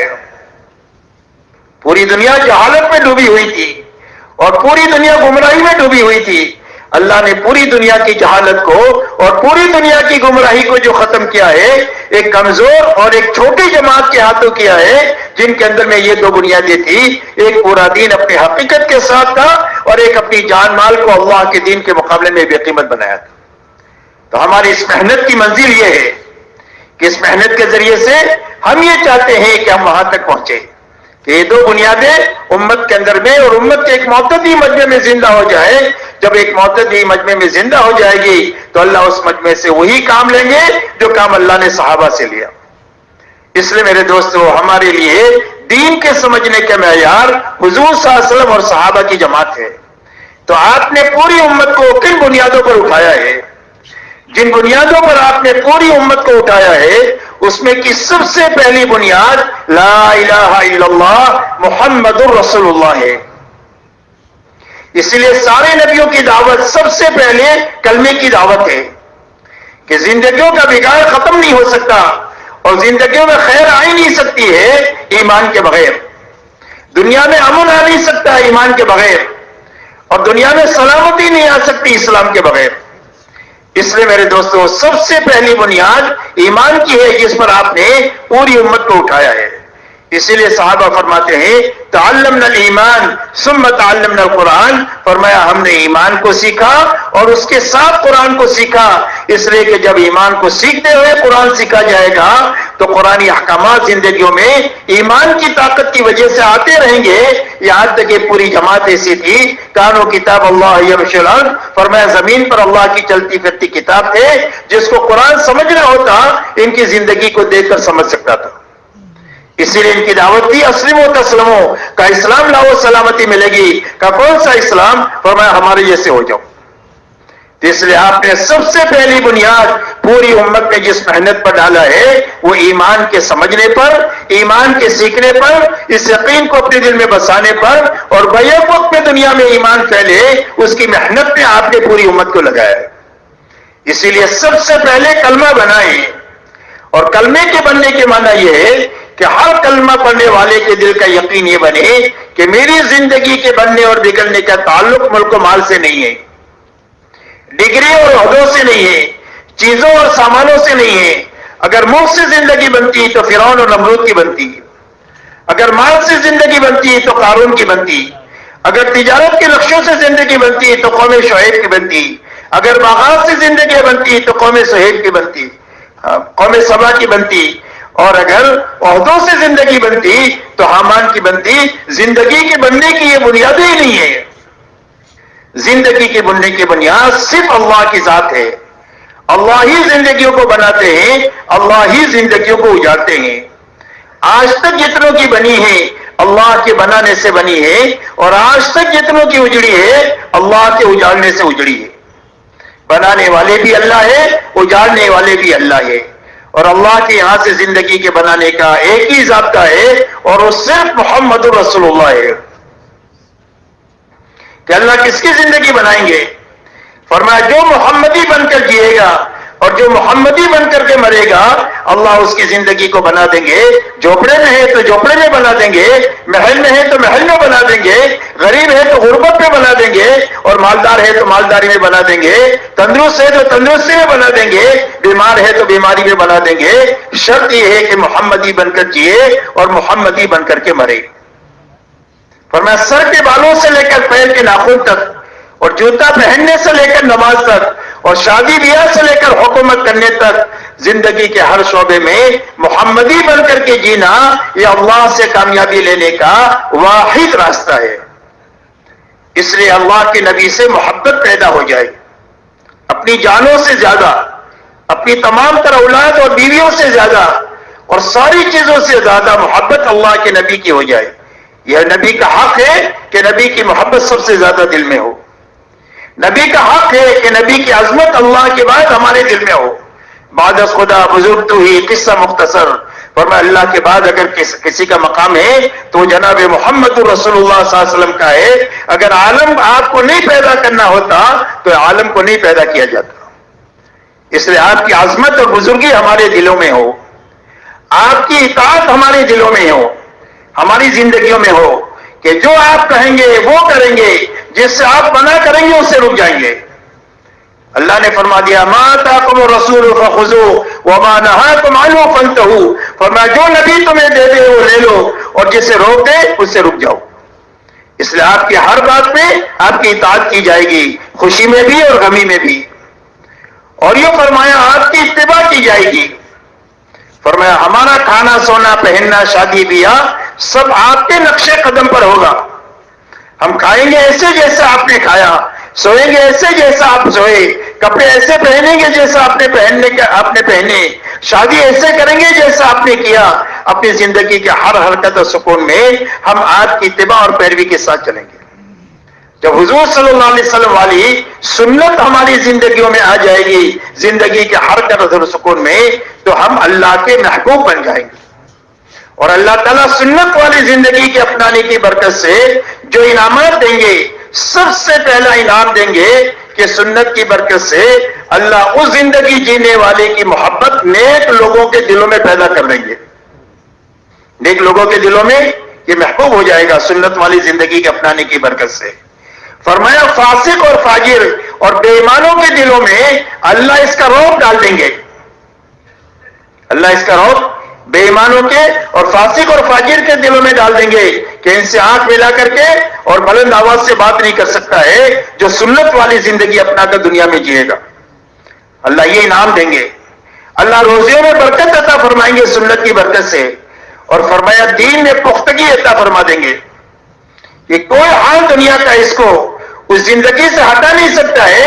اتنی پختگی دین میں جو آئے گی وہ سنت والی زندگی کے راستے سے آئے گی، اس لیے کہ جو سنت نہیں چھوڑ سکتا کہ وہ واجب کو چھوڑے گا، جو واجب نہ چھوڑے کبھی فرض چھوڑ سکتا ہے، اور جو فرض نہ چھوڑے کبھی ایمان چھوڑ سکتا ہے۔ فرمایا دین میں پختگی جو آئے گی وہ سنت کی برکت سے آئے گی، اور اللہ کا ولی بننے کا اور اللہ والا بننے کا آسان راستہ، محفوظ راستہ، سارے خطرات سے پاک راستہ وہ سنت والا راستہ ہے کہ جس کے ذریعے سے آدمی اللہ سے قریب ہو جائے گا اور اللہ کا محبوب ہو جائے گا۔ اسی لیے فرمایا قل ان کنتم تحبون اللہ فاتبعونی یحببکم اللہ ویغفر لکم ذنوبکم اللہ غفور رحیم۔ اللہ جل شانہ فرماتے ہیں کہ اے ہمارے نبی جی، ہمارا شاہی فرمان آپ انسانوں کو سنا دیجئے کہ اگر تمہیں اللہ سے محبت کا دعویٰ ہے تو اس کی دلیل یہ ہے کہ اس دلیل میں میرے پیچھے پیچھے چلو. نبی کے پیچھے چلنا یہ اللہ سے محبت کی دلیل ہے کہ اللہ کی سے محبت ہے, اس کے پیچھے اللہ کے نبی سے کے پیچھے پیچھے یہ چل رہا ہے.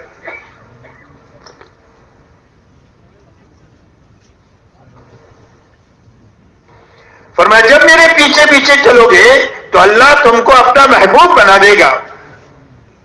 اللہ کی محبت کا راستہ سنت والا راستہ ہے, اللہ کا محبوب بننے کا راستہ. اور یہ فرمایا انسان میں غلطی ہو جائے گی تو اللہ معاف کر دیں گے, اس لیے کہ اللہ معاف کرنے والی بھی بڑے اور اللہ رحم کرنے والی بھی بڑے. اسی لیے حدیث قدسی میں فرمایا من عاد علی ولیا فقد آذنت بالحرب. فرمایا جو میرے ولی کو ستائے اور جو میرے ولی سے دشمنی کرے, اللہ فرماتے ہیں میری اس کے ساتھ اعلان جنگ ہے. اور سارے ایمان والوں کو اللہ تعالیٰ نے ولایت کا راستہ دیا ہوا ہے. ہر ایمان والا اللہ کا ولی بن سکتا ہے سنت والی زندگی کو اپنانے کے راستے سے. آسان راستہ, سارے خطرات سے محفوظ راستہ, کوئی مشکل نہیں. سنت پر عمل کرتے ہوئے اللہ کا ولی بن جائے گا, اور جب اللہ کا ولی بن جائے گا تو دنیا کی کوئی طاقت اس کا بال بیکا نہیں کر سکتی. اسی لیے کتابوں میں آتا ہے کہ ایک اللہ والے راستہ چل کر جا رہے تھے, سامنے سے ایک آدمی اپنی عورت کے ساتھ آ رہا تھا. اللہ والوں کی پیر کی ٹھوکر سے مٹی اڑی اس کے یا عورت کے کپڑوں پر آ گئی, تو اس کے یار کو غصہ آیا, اس نے اٹھا کر ایک تماچا مار دیا, لیکن مارتے ہی دھڑام سے گرا اور مر گیا.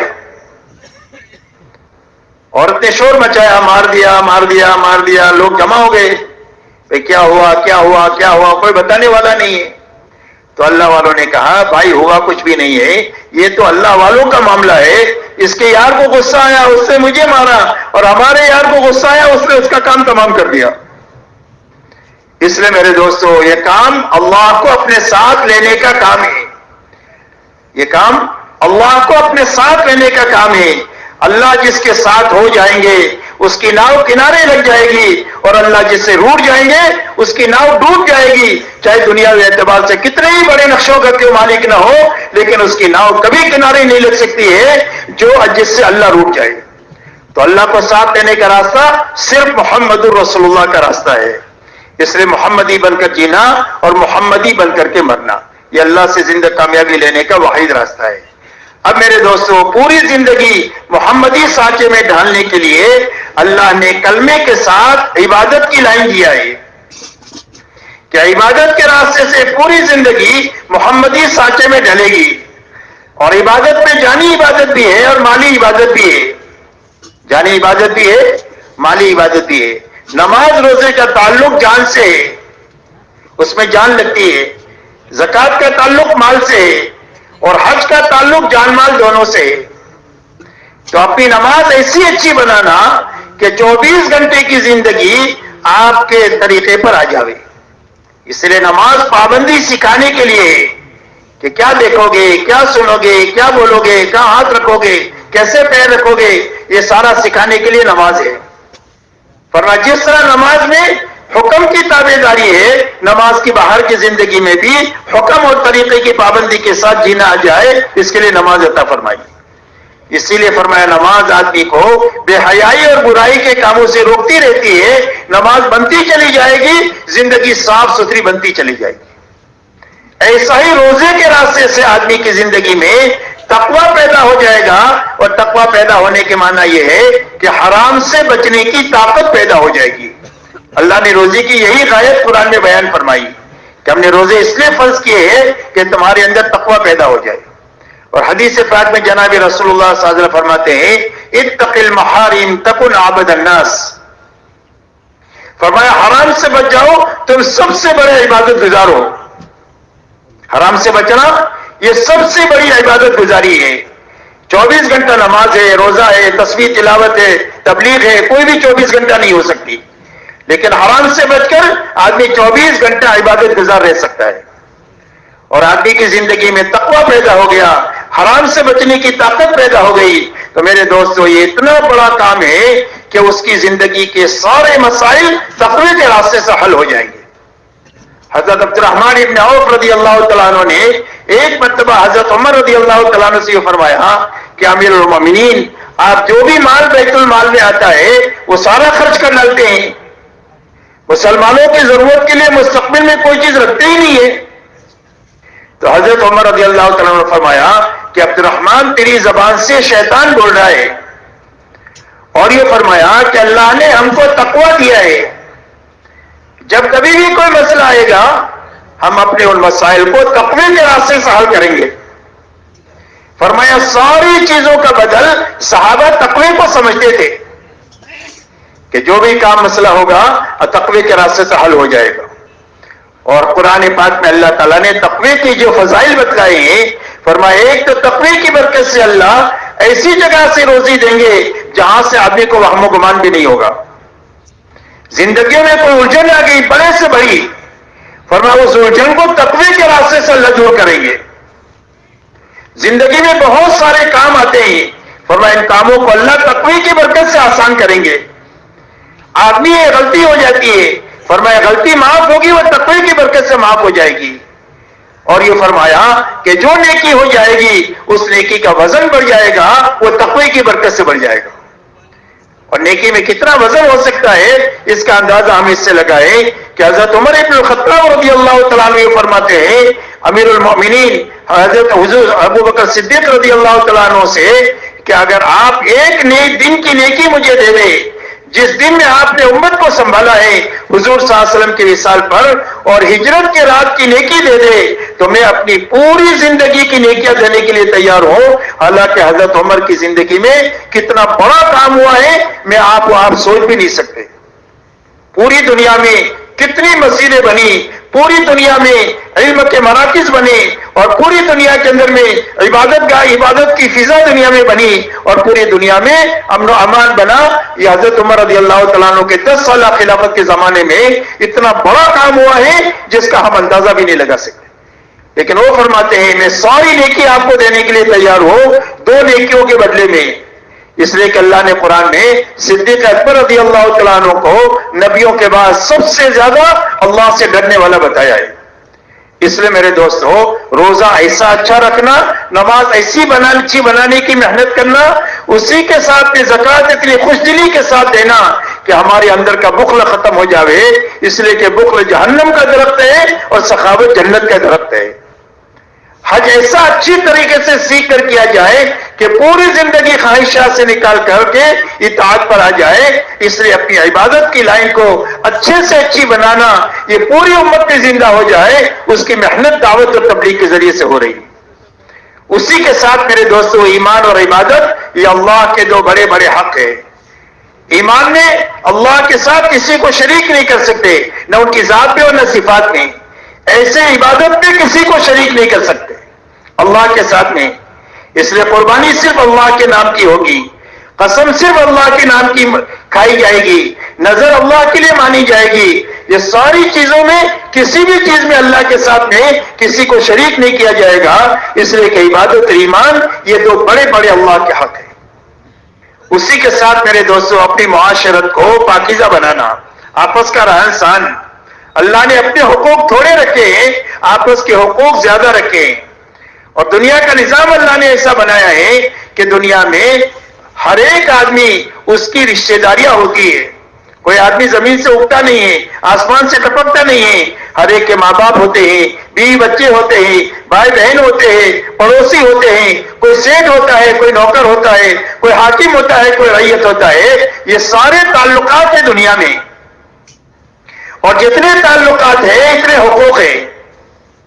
جب حقوق کو معلوم کر کے ادا کیے جائیں گے تو گھر سے لے کر عالم، پورا عالم جنت کا نمونہ بن جائے گا، اور جب حقوق ضائع ہوں گے تو گھر سے لے کر عالم پورا جہنم کا اور جنگ کا اکھاڑا بن جائے گا۔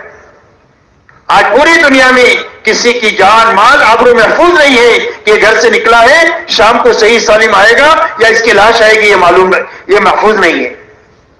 یہ محفوظ حفاظت دنیا میں اس وقت پہ آ سکتی ہے، دنیا میں امن و امان اور سلامتی اس وقت پہ آ سکتی ہے جب حضور صلی اللہ علیہ وسلم والی معاشرت زندہ ہو جائے، اور آپ کی معاشرت کی بنیاد انصاف ہے۔ فرمایا جو اپنے لیے پسند کریں اپنے تمام ایمان والے بھائیوں کے ساتھ کے لیے پسند کریں۔ ہر ایمان والے سے محبت کریں گے اور ہر انسان کا احترام کریں گے. محبت ایمان والے سے کریں گے. فرمایا تم میں کا کوئی بھی کامل مومن بن نہیں سکتا ہے جب تک اپنے بھائی کے لیے وہ چیز پسند نہ کرے جو اپنے لیے پسند کرتا ہے. فرمایا تم جنت پہ داخل نہیں ہو سکتے جب تک تم مومن نہ بنو, اور فرمایا تمہارا ایمان کامل نہیں ہو سکتا ہے جب تک تم آپس میں محبت نہ کرو. اور فرمایا یہ بتاؤ محبت کیسا پیدا ہوگی؟ فرمایا سلام کو خوب پھیلاؤ, پہچانتے ہو نہیں پہچانتے ہو ہر ایک کو سلام کرو, گھر میں داخل ہو تو سلام کرو, کوئی مسلمان ملے چاہے پہچانتے ہو نہ پہچانتے ہو اس کو سلام کرو. فرمایا اس کے راستے سے محبتیں پیدا ہوگی. اس لیے ہماری معاشرت کی بنیاد انصاف پر ہے, ہماری معاشرت کی بنیاد احسان پر ہے کہ ہم حق بھی دیں گے, حق سے زیادہ بھی دیں گے, اور ضرورت پڑی تو اپنی ضرورت کو اٹکا کر اپنے بھائی کی ضرورت کو پوری کریں گے. ضرورت پڑے گی تو بھوکے رہ کر اپنے بھائی کو کھلائیں گے, معمولی کپڑے پہن کر اپنے بھائی کو کپڑے پہنائیں گے, اپنے شادیوں میں معمولی خرچ کر کر اپنے پڑوسی اور اپنے ایمان والے بھائیوں کی بچوں کی شادیاں کریں گے, اپنے مکانات کو کم سے کم خرچ سے بنا کر کے اپنے بھائیوں کے لیے مکانات بنائیں گے. فرمایا ہم ان کے ساتھ احسان کا ایثار کا معاملہ کریں گے. یہ ہماری معاشرت کی بنیادیں ہیں جو حضور صلی اللہ علیہ وسلم لے کر کے آئے ہیں. ہماری معاشرت کی بنیاد حیا ہے. فرمایا حیا ختم ہو جائے جو چاہے کرو. بہت ساری غلطیوں سے آدمی جو بچے گا وہ حیا اور شرم کی وجہ سے بچے گا. اس لیے ہماری معاشرت کی بنیاد حیا ہے, ہماری معاشرت کی بنیاد سادگی ہے کہ ہم اپنے کھانے میں, پینے میں, مکانات کے بنانے میں, سواریوں کے خریدنے میں سادگی کو اختیار کریں گے, ضرورت کو سامنے رکھیں گے, خواہش کو سامنے رکھ کر, اسراف کو سامنے رکھ کر کے نہیں جئیں گے. اس لیے اپنی معاشرت کو پاکیزہ بنانا اور جاہلیت کی ساری رگوں کو کاٹ کر دنیا میں جینا. آپ نے زبان کی رگ کو کاٹا ہے کہ زبان کوئی بھی مسئلہ نہیں ہے, کسی کو کسی پر کوئی فضیلت نہیں ہے تقوی کے بغیر. جو متقی ہے وہ سب سے بڑا اللہ کی نگاہ میں قابل اکرام ہے, چاہے وہ جھوپڑے میں رہتا ہو چاہے وہ محل میں رہتا ہو, چاہے بڑے خاندان کا ہو چھوٹے خاندان کا ہو. اللہ کے یہاں کسی کو کوئی فضیلت نہیں ہے سوائے تقوی کے. اس لیے میرے دوستو زبان کی رگ کو آپ نے کاٹا ہے کہ زبان کوئی مسئلہ نہیں ہے, کہ زبان کے مسئلے پر ہم جمع نہیں ہوں گے کہ میری زبان کا ہے, رنگ کے مسئلے پر ہم جمع نہیں ہوں گے, ہم وطن کی بنیاد پر جمع نہیں ہوں گے, ہم قومیت کی بنیاد پر جمع نہیں ہوں گے. یہ ساری جاہلیت کے رگیں ہیں, ان میں آپ کو اپنے کاٹ کر آپ نے پوری امت کو ایک بنایا ہے اور پوری امت کو اللہ پر جمع کیا ہے. ہم آپس میں جڑ نہیں سکتے ہیں جب تک اللہ پر نہ جڑے. جب اللہ پر جڑ جائیں گے تو آپس میں بھی جڑ جائیں گے. اس لیے کہ ہمارے اختلاف کی کوئی بنیاد ہی نہیں ہمارے دین میں. ہمارا اللہ ایک ہے, ہمارے نبی ایک ہے, ہمارا قرآن ایک ہے, ہماری نمازیں پانچوں ساری امت کی ایک ہی ہے, زکوٰۃ ایک ہی ہے, حج ایک ہی ہے, اور ساری چیزیں ایک ہے. اختلاف کی کوئی بنیاد ہمارے اندر نہیں. اس لیے سارے اختلافات سے بچ کر کے امت ایک اور نیک بنے. اس لیے کہ امت جب ایک اور نیک بنے گی اللہ کی مدد کی مستحق ہوگی, اور جب مختلف خانوں میں بڑھ جائے گی تو اللہ کی مدد سے محروم ہو جائے گی. اور میرے دوستو اللہ کی مدد روٹ جائے تو دنیا میں کوئی طاقت نہیں ہے کہ جو ہم کو سنبھال سکے. ہماری سنبھالنے والی چیز صرف اللہ کی مدد ہے. اسی لیے فرمایا ينصركم الله فلا غالب لكم وان يخذلكم فمن ذا الذي ينصركم من بعده وعلى الله فليتوكل المؤمنون. فرمایا اللہ تمہاری مدد کرے تو دنیا کی کوئی طاقت تمہارے پر قابو نہیں پا سکتی ہے, اور اگر اللہ اپنی مدد کو اٹھا لے تو کون ہے جو تمہاری مدد کر سکتا ہے. اور ایمان والوں کو اللہ ہی پر اعتماد کرنا چاہیے. اس لیے ہمارے سارے مسائل کا حل صرف اللہ کی مدد ہے, اور اللہ کی مدد کا سب سے بڑا سبب ہماری آپس کی اجتماعیت ہے کہ ہم حق پر جمع ہوں گے, حق ہی کو کہیں گے, حق ہی کو بولیں گے, حق ہی کو دنیا میں پھیلائیں گے. اس لیے کہ حق پر جمع ہونے کا نام اجتماعیت ہے اور باطل پر جمع ہونے کا نام تفرقہ ہے. اسی لیے بے ایمانوں کے بارے میں فرمایا تحسبهم جميعا وقلوبهم شتى. فرمایا ان کی بہت بڑی بھیڑ تم کو نظر آئے گی حالانکہ ان کے دل اندر سے پھٹے ہوئے ہیں. بھیڑ کے جمع ہونے کا نام اجتماعیت نہیں ہے, حق پر جمع ہونے کا نام اجتماعیت ہے.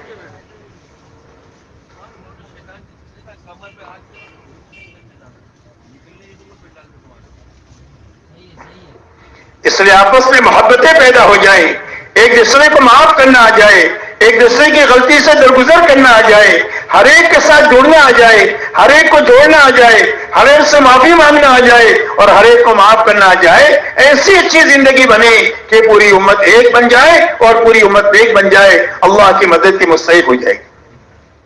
اسی کے ساتھ میرے دوستو، اللہ تعالیٰ نے یہ دنیا کو ضرورت کی پوری کرنے کی جگہ بنایا ہے، خواہش کی پوری کرنے کی جگہ نہیں بنایا۔ ہر انسان میں اللہ نے ضرورت بھی رکھی ہے، خواہش بھی رکھی ہے۔ ضرورت کے پورا کرنے کا بھی اللہ نے وعدہ کیا اور خواہش کے پورا کرنے کا بھی وعدہ کیا۔ تو ضرورت اللہ کہاں پوری کریں گے؟ فرمایا ضرورت دنیا میں پوری کریں گے، اس لیے کہ ضرورت محدود ہے اور خواہش لامحدود ہے۔ ہر آدمی میں اللہ نے خواہش بھی رکھی ہے، ضرورت بھی رکھی ہے۔ ضرورت محدود ہے، خواہش لامحدود ہے۔ تو دنیا میں خواہش پوری نہیں ہو سکتی کسی کی بھی، اس لیے ضرورت دنیا میں پوری ہوگی۔ اسی لیے فرمایا وَمَا مِن دَابَّةٍ فِي الْأَرْضِ إِلَّا عَلَى اللَّهِ رِزْقُهَا، فرمایا زمین پر جتنے جاندار ہیں ان سب کی روزی اور ان کی تمام تر ضروریات کی ضمانت اللہ نے لکھی ہے، اللہ سب کو اس کی ضرورت پوری کریں گے۔ اسی لیے اللہ کا یہ دسترخوان ہے جہاں فرما بردار کو بھی کھلاتے ہیں اور نافرمان کو بھی کھلاتے ہیں، ملحد کو بھی کھلاتے ہیں اور مشرک کو بھی کھلاتے ہیں، اس لیے کہ اللہ کا دسترخوان ہے، اس کے اوپر پرندے بھی کھائیں گے اور چرند بھی کھائیں گے۔ اس لیے میرے محترم دوستو،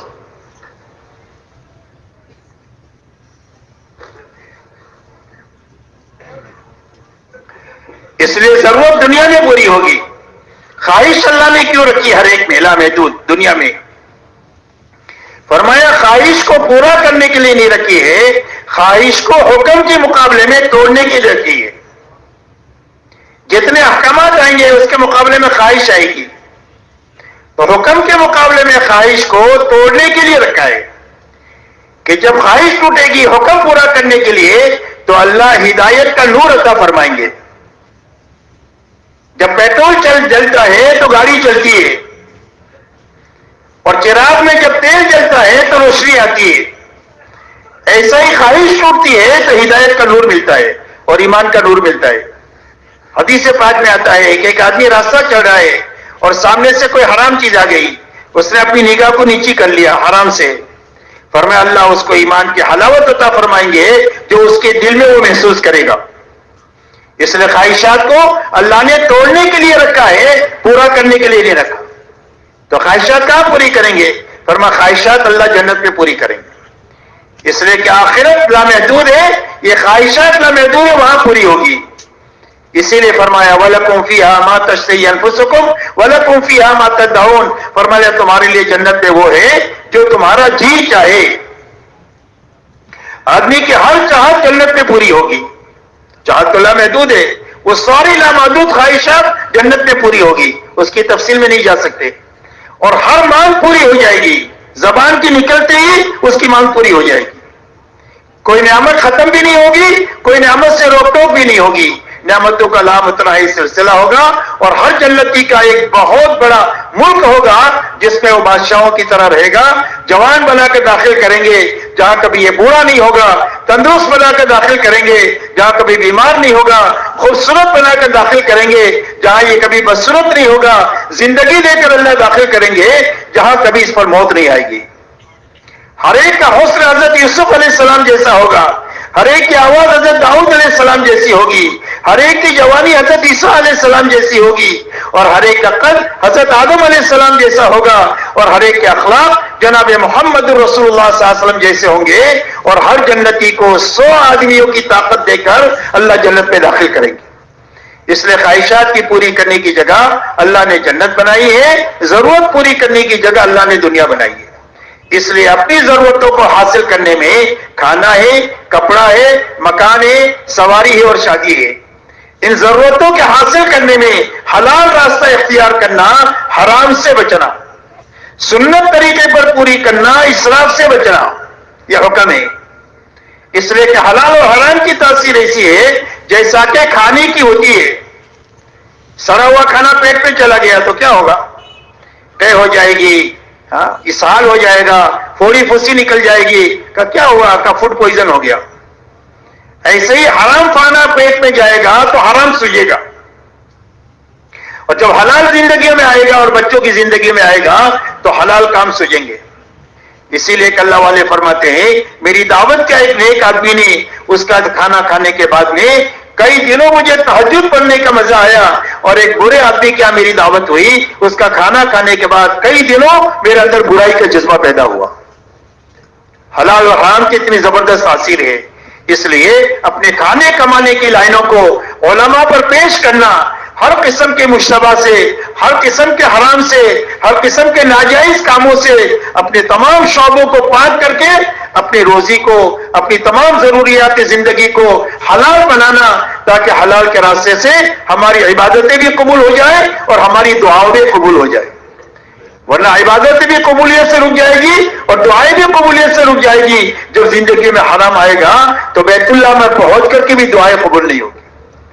اس لیے میرے دوستوں، اپنی زندگی میں کھانے کمانے کی لائنوں کو صاف ستھری بنانا، آپ گھبراؤ مت کہ حلال پر آئیں گے تو کم ہو جائے گا، کم سے گھبرانے کی بات نہیں ہے، اس کم میں اللہ وہ برکت دیں گے کہ آپ کا گزارا تو ہوگا، آپ کی نسلوں کا ہوگا، اور سینکڑوں گھرانے آپ کی کمائی پر اللہ تعالیٰ ان کا گزارا بھی کریں گے، اللہ اتنی برکتیں اپنے خزانے سے دیں گے۔ اس لیے میرے دوستوں، اپنے کھانے کمانے کی لائنوں کو صاف ستھری بنانا، اسی کے ساتھ اپنی اخلاقی زندگی کو اچھے سے اچھی بنانا، کہ زندگی ایسی اچھی گزاریں گے کہ اپنوں کو بھی نفع ہو، پرایوں کو بھی نفع ہو، ساری انسانیت کے ساتھ ہم بھلائی کریں گے۔ ہمارے پڑوس میں کہ کوئی غیر مسلم ہے اور بھوکا ہے تو اس کو کھلائیں گے، کپڑا نہیں ہے تو کپڑا پہنائیں گے، اس کے بچے شادی کے لائق ہوں گے، اللہ نے ہم کو دیا ہے تو اس کے بچوں کی شادی کرا دیں گے، زکوٰۃ ایمان والوں کو دیں گے، لیکن نفلی صدقات کے ذریعے سے ساری انسانیت کے ہم کام آئیں گے۔ اس لیے کہ امت حضور صلی اللہ علیہ وسلم رحمت للعالمین ہے، آپ کی امت بھی ساری انسانیت کے لیے رحمت بن کر کے جیے گی، زحمت اور تکلیف کا ذریعہ بن کر نہیں جیے گی۔ اس لیے اپنی اخلاقی زندگی کو اچھے سے اچھی بنانا، اور اخلاق کا خلاصہ حضور صلی اللہ علیہ وسلم نے چند باتوں میں بتایا ہے۔ آپ فرماتے ہیں کہ اخلاق کا خلاصہ یہ ہے کہ جو تمہارے ساتھ برائی کرے اس کے ساتھ بھلائی کرو، جو تمہارے پر ظلم و زیادتی کرے اس کو معاف کرو، درگزر کرو، اس لیے کہ معاف کرنا آسان ہے، بدلہ لینا مشکل ہے۔ فرمایا جو رشتہ داریوں کو توڑے اس کی رشتہ داری کو جوڑو، ہر حال میں رشتہ داریوں کو نبھانا چاہیے، اپنی جس لائن کی بھی رشتہ داریاں ہے کبھی رشتہ داری کو خراب نہیں کرنا چاہیے۔ صلہ رحمی قیامت کے دن اللہ سے کہے گی کہ اللہ جس نے مجھے جوڑا اپنی رحمت سے اس کو جوڑ دے، اور جس نے مجھے دنیا میں کاٹا اس کو اپنی رحمت سے تو کاٹ دے۔ اس لیے میرے دوستو، ہر حال میں رشتہ داریوں کو نبھانا، چاہے کتنا ہی اپنے آنکھ پر ہم کو برداشت کرنا پڑے اور جھیلنا پڑے، تو صلہ رحمی کی وجہ سے روزیوں میں بھی برکت ہوگی، عمر میں بھی برکت ہوگی، اور محبتوں سے زندگی آسان ہو جائے گی۔ اور یہ فرمایا جو تمہیں کبھی چائے پانی کو نہ پوچھے اس کو کھلاؤ پلاؤ، یہ اولین اور آخرین کے اخلاق ہے، اور حضور پاک صلی اللہ علیہ وسلم اسی اخلاقی زندگی کو لے کر آئے ہیں۔ آپ نے اپنی زندگی میں کبھی اپنی ذات کے لیے کسی سے بدلہ انتقام نہیں لیا۔ جب آپ فاتحانہ طور پر اپنے 10,000 صحابہ کے ساتھ میں مکہ مکرمہ میں داخل ہوئے ہیں تو مکہ میں وہ لوگ موجود ہیں جنہوں نے آپ کے راستے میں کانٹے بچھائے ہیں، آپ کے پر اونٹ کی اونچ ڈالی ہے، اور آپ کو اور آپ کے صحابہ کو ستایا ہے، آپ کی بیٹی حضرت زینب کو نیزہ مارا ہے، اور آپ کے خباب کو، خبیب کو، عمار کو، یاسر کو اور حضرت سمیہ کو رضی اللہ عنہم اجمعین کو تکلیفیں پہنچائی اور شہید کیا ہے۔ آپ نے کسی سے بھی بدلہ نہیں لیا۔ آپ نے اسے پوچھا یہ بتاؤ میں تمہارے ساتھ کیا معاملہ کروں گا؟ آپ نے فرمایا اخن کریم وابن اخن کریم، فرمایا آپ تو بھلے ہیں، بھلوں کے اولاد ہیں، ہم آپ سے بھلائی کی امید رکھتے ہیں۔ آپ نے فرمایا میں تمہارے ساتھ وہ معاملہ کروں گا میرے بھائی یوسف نبی نے اپنے بھائیوں کے ساتھ کیا تھا، جن بھائیوں کی وجہ سے سارے حالات سے گزرنا پڑا، اللہ تعالیٰ نے جب ان کے پر قابو آیا اور یہ بھوکے ان کے پاس پہنچے ہیں تو فرمایا کوئی تمہارے پر لان تان نہیں، اللہ تم کو معاف کر دے، ہم نے تم کو معاف کر دیا۔ آپ نے فرمایا بیٹا والوں سے انتم الطلقاء، جاؤ تم سارے کے سارے آزاد ہو۔ مکہ والے کہتے ہیں میں ایسا محسوس ہو رہا تھا کہ ہم اپنے قبروں سے نکلے ہیں اور ہم کو نئی زندگی ملی ہے۔ میرے محترم دوستو، ایک اخلاقی زندگی حضور صلی اللہ علیہ وسلم لے کر آئے ہیں، اور پوری دنیا کے سامنے جو چیز آئے گی وہ ہماری معاشرت آئے گی، ہمارے معاملات آئیں گے اور ہمارے اخلاق آئیں گے۔ نماز تو ہم مسجدوں میں پڑھتے ہیں، حج بیت اللہ میں کرتے ہیں، زکوٰۃ ایمان والوں کو دیتے ہیں، ایمان دل میں ہوتا ہے، پوری دنیا کے سامنے جو چیز آئے گی وہ ہماری معاشرت، ہمارے معاملات اور اخلاق آئیں گے، اور جب ان چیزیں ہمارے ان کے سامنے آئے گی تو پوری انسانیت جس مرحلے میں ہے اس مرحلے میں آگے کا ہر قدم ان کے لیے تباہی کا قدم ہے، اس سے بچ نہیں سکتی ہے سوائے زندگی کے، اور اس کے آنے کا ایک ہی راستہ ہے کہ ایمان والے زندگی جینا شروع کریں۔ اس لیے میرے دوستوں، اپنی اخلاقی زندگی کو اچھے سے اچھی بنانا۔ آپ یہ فرماتے ہیں کہ تم میں سب سے زیادہ کامل ایمان والا وہ ہے جو سب سے زیادہ اچھے اخلاق والا ہے۔ فرمایا اکثر لوگ جنت میں جائیں گے وہ تقوی کی وجہ سے جائیں گے اور اچھے اخلاق کی وجہ سے جائیں گے، اور اکثر لوگ جہنم میں جائیں گے وہ زبان کی غلطی کی وجہ سے اور شرمگاہ کی غلطی کی وجہ سے اکثر لوگ جہنم میں جائیں گے۔ اور قیامت کے دن آدمی کے عمل نامے میں سب سے زیادہ وزنی اس کے اچھے اخلاق ہوں گے جس سے اس کا پلڑا جھکے گا۔ اس لیے اخلاقی زندگی کو اچھے سے اچھی بنانے کی یہ محنت ہے۔ اسی کے ساتھ میرے محترم دوستو، اپنی منزل اللہ کو بنانا اور آخرت کو بنانا۔ اللہ نے ہم کو دنیا میں دنیا کے لیے بنایا ہی نہیں ہے، اسی لیے حدیث میں پاک میں آتا ہے کہ دنیا اس آدمی کا گھر ہے جس کا آخرت میں گھر نہیں، اور دنیا اس آدمی کا مال ہے جس کا آخرت میں کوئی مال نہیں، اور اس کو وہ جمع کرتا ہے جس میں عقل نہیں ہے۔ یہ حدیث پاک کا مفہوم ہے۔ اس لیے اللہ نے ہم کو دنیا میں اقتدار کے لیے پیدا ہی نہیں کیا، اور اللہ تعالیٰ نے ہم کو مال کے لیے نہیں پیدا کیا۔ ہاں اللہ مال بھی دیں گے اور اللہ تعالیٰ انسانیوں کی خدمت کا موقع بھی دیں گے۔ اسی لیے اللہ نے قرآن میں یہ فرمایا کہ جب ایمان والوں کو ہم طاقت دیں گے تو یہ دنیا میں ظلم نہیں کریں گے اور انسانوں کی جان مال سے کھیلیں گے نہیں، بلکہ جب ہم ان کو طاقت دیں گے تو یہ نماز قائم کریں گے، یہ زکوٰۃ ادا کریں گے، یہ بھلائی کو دنیا میں پھیلائیں گے اور برائیوں کو دنیا سے مٹانے کا کام کریں گے۔ ہم ان کو طاقت دیں گے تو یہ دنیا کے لیے رحمت بن جائیں گے اور ساری انسانیت کو حق کی طرف آنے کا ذریعہ بنیں گے۔ اس لیے میری محترم دوستو، ہماری منزل اللہ ہے اور ہماری منزل آخرت ہے۔ ہم دنیا میں کیا چاہتے ہیں؟ فرما اللہ کی رضا کے ساتھ جیے، اللہ کی رضا کے ساتھ مرے، اس کے علاوہ ہم کچھ نہیں چاہتے۔ دنیا سے پھوٹی کوڑی ہم کو نہیں چاہیے، اور ہم کو اقتدار بھی نہیں چاہیے۔ اقتدار والوں کو ان کا اقتدار مبارک، حکومت والوں کو ان کی حکومت مبارک، مال والوں کو ان کا مال مبارک۔ نہ ہمیں ان کو پھوٹی کوڑی چاہیے اور نہ ہمیں ان کی کوئی اقتدار میں حصہ چاہیے۔ اللہ ان کو خوش رکھے۔ صرف ہم یہ چاہتے ہیں کہ پوری دنیا میں ایمان والے جن جن شعبوں میں ہیں ان شعبوں میں حضور صلی اللہ علیہ وسلم کے نمائندے بن کر اور آپ کی زندگی کو اپنا کر چلے، تاکہ ساری اپنی ذاتوں پر بھی رحم ہو جائے اور انسانیت پر بھی ہماری طرف سے رحم کا معاملہ ہو جائے۔ اس لیے ہماری منزل اللہ ہے اور آخرت ہے۔ اسی لیے حضور صلی اللہ علیہ وسلم نے امت کو آخرت کی بنیاد پر اٹھایا ہے، ملک و مال کی بنیاد پر نہیں اٹھایا۔ اسی لیے انصار مدینہ جب حضور صلی اللہ علیہ وسلم کے پاس آئے ہیں ہجرت سے پہلے، تو بیعت عقبہ کے وقت میں انصار مدینہ نے حضور صلی اللہ علیہ وسلم سے پوچھا الا ما نبایعک یا رسول اللہ، اللہ کے رسول ہم آپ سے کس چیز پر بیعت کریں؟ یعنی آپ کا دامن تھامیں گے تو ہم کو کیا کام کرنے پڑے گا، یہ معنی ہے بیعت کے۔ تو آپ نے فرمایا تبایعونی علی السمع والطاعہ فی المنشط والمکرہ، فرمایا اس بات پر بیعت کرو کہ میری بات کو سنو گے اور مانو گے، جی چاہے تو اور نہ چاہے تو۔ اس لیے کہ جی تو باولا ہوتا ہے، کبھی چاہتا ہے کبھی نہیں چاہتا، تو جی چاہے پر نہیں چلو گے بلکہ میری بات کو سنو گے اور مانو گے، اس پر بیعت کرو۔ اور فرمایا دین کے لیے خرچ کرو گے، تنگی کی حالت ہوگی تو اور فراخی کی حالت ہوگی تو، والنفقہ فی العسر والیسر۔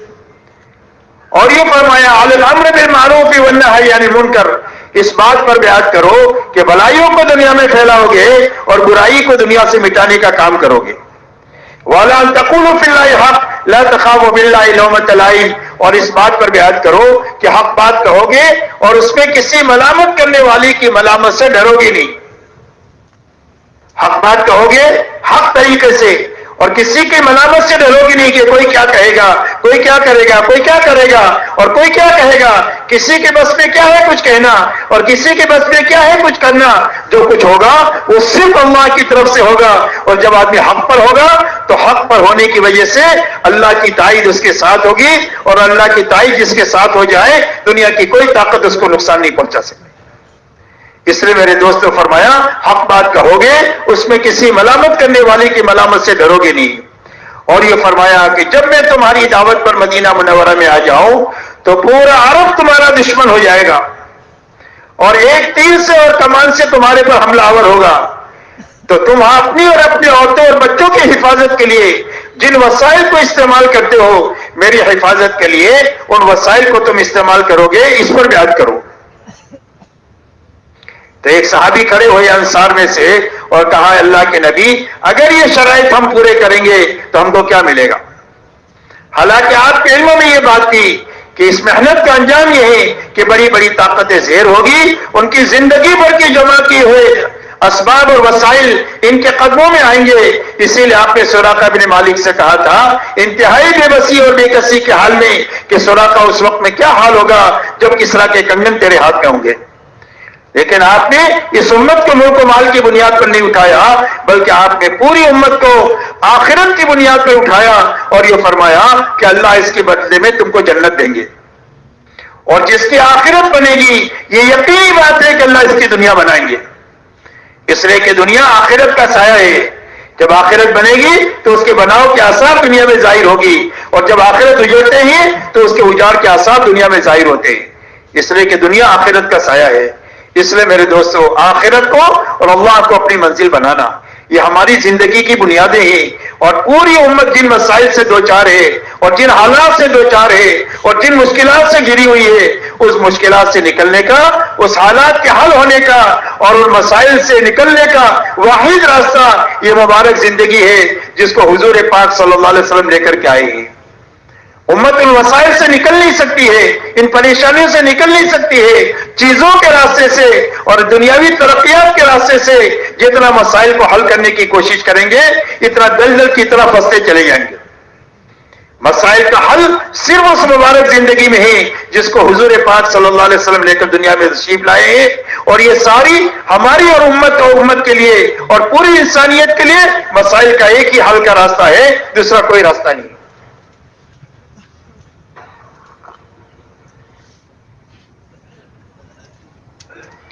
یہ مبارک زندگی ہمارے اندر میں آ جائے، اس کو سیکھتے ہوئے ہمارے گھر میں، ہمارے شہر میں، ہمارے ملک میں اور عالم کے چپے چپے میں یہ زندگی زندہ ہو جائے، اس محنت کے لیے اللہ تعالیٰ نے دعوت کا عظیم کام ہم کو عطا فرمایا ہے، اور اس کا ایک ہی راستہ ہے کہ ہر فرد امت اپنی محنت کا رخ صحیح کرے۔ اس لیے کہ اس دنیا کو اللہ نے محنت کی جگہ بنایا ہے۔ بچہ پیدا ہوتا ہے محنت ہی میں پیدا ہوتا ہے، ہاتھ پر ہلاتا ہے، روتا ہے، نہیں روے تو گھر والے پریشان ہو جاتے ہیں، اس کے بعد میں پھر گھسٹنا شروع ہوتا ہے، پھر دوڑنا شروع ہوتا ہے، پھر کمانے میں تھکتا ہے، پھر خرچ کرنے میں تھکتا ہے۔ اللہ کا نظام ہے کہ دنیا کو اللہ نے محنت کے ساتھ جوڑا ہے۔ پوری دنیا میں جتنی ترقیات نظر آ رہی ہے یہ انسانوں کی محنت کا ثمرہ ہے۔ آج سے 100 سال پہلے ان ساری چیزوں کا تصور نہیں ہو سکتا تھا، تو یہ ساری چیزیں کہاں سے وجود میں آئی؟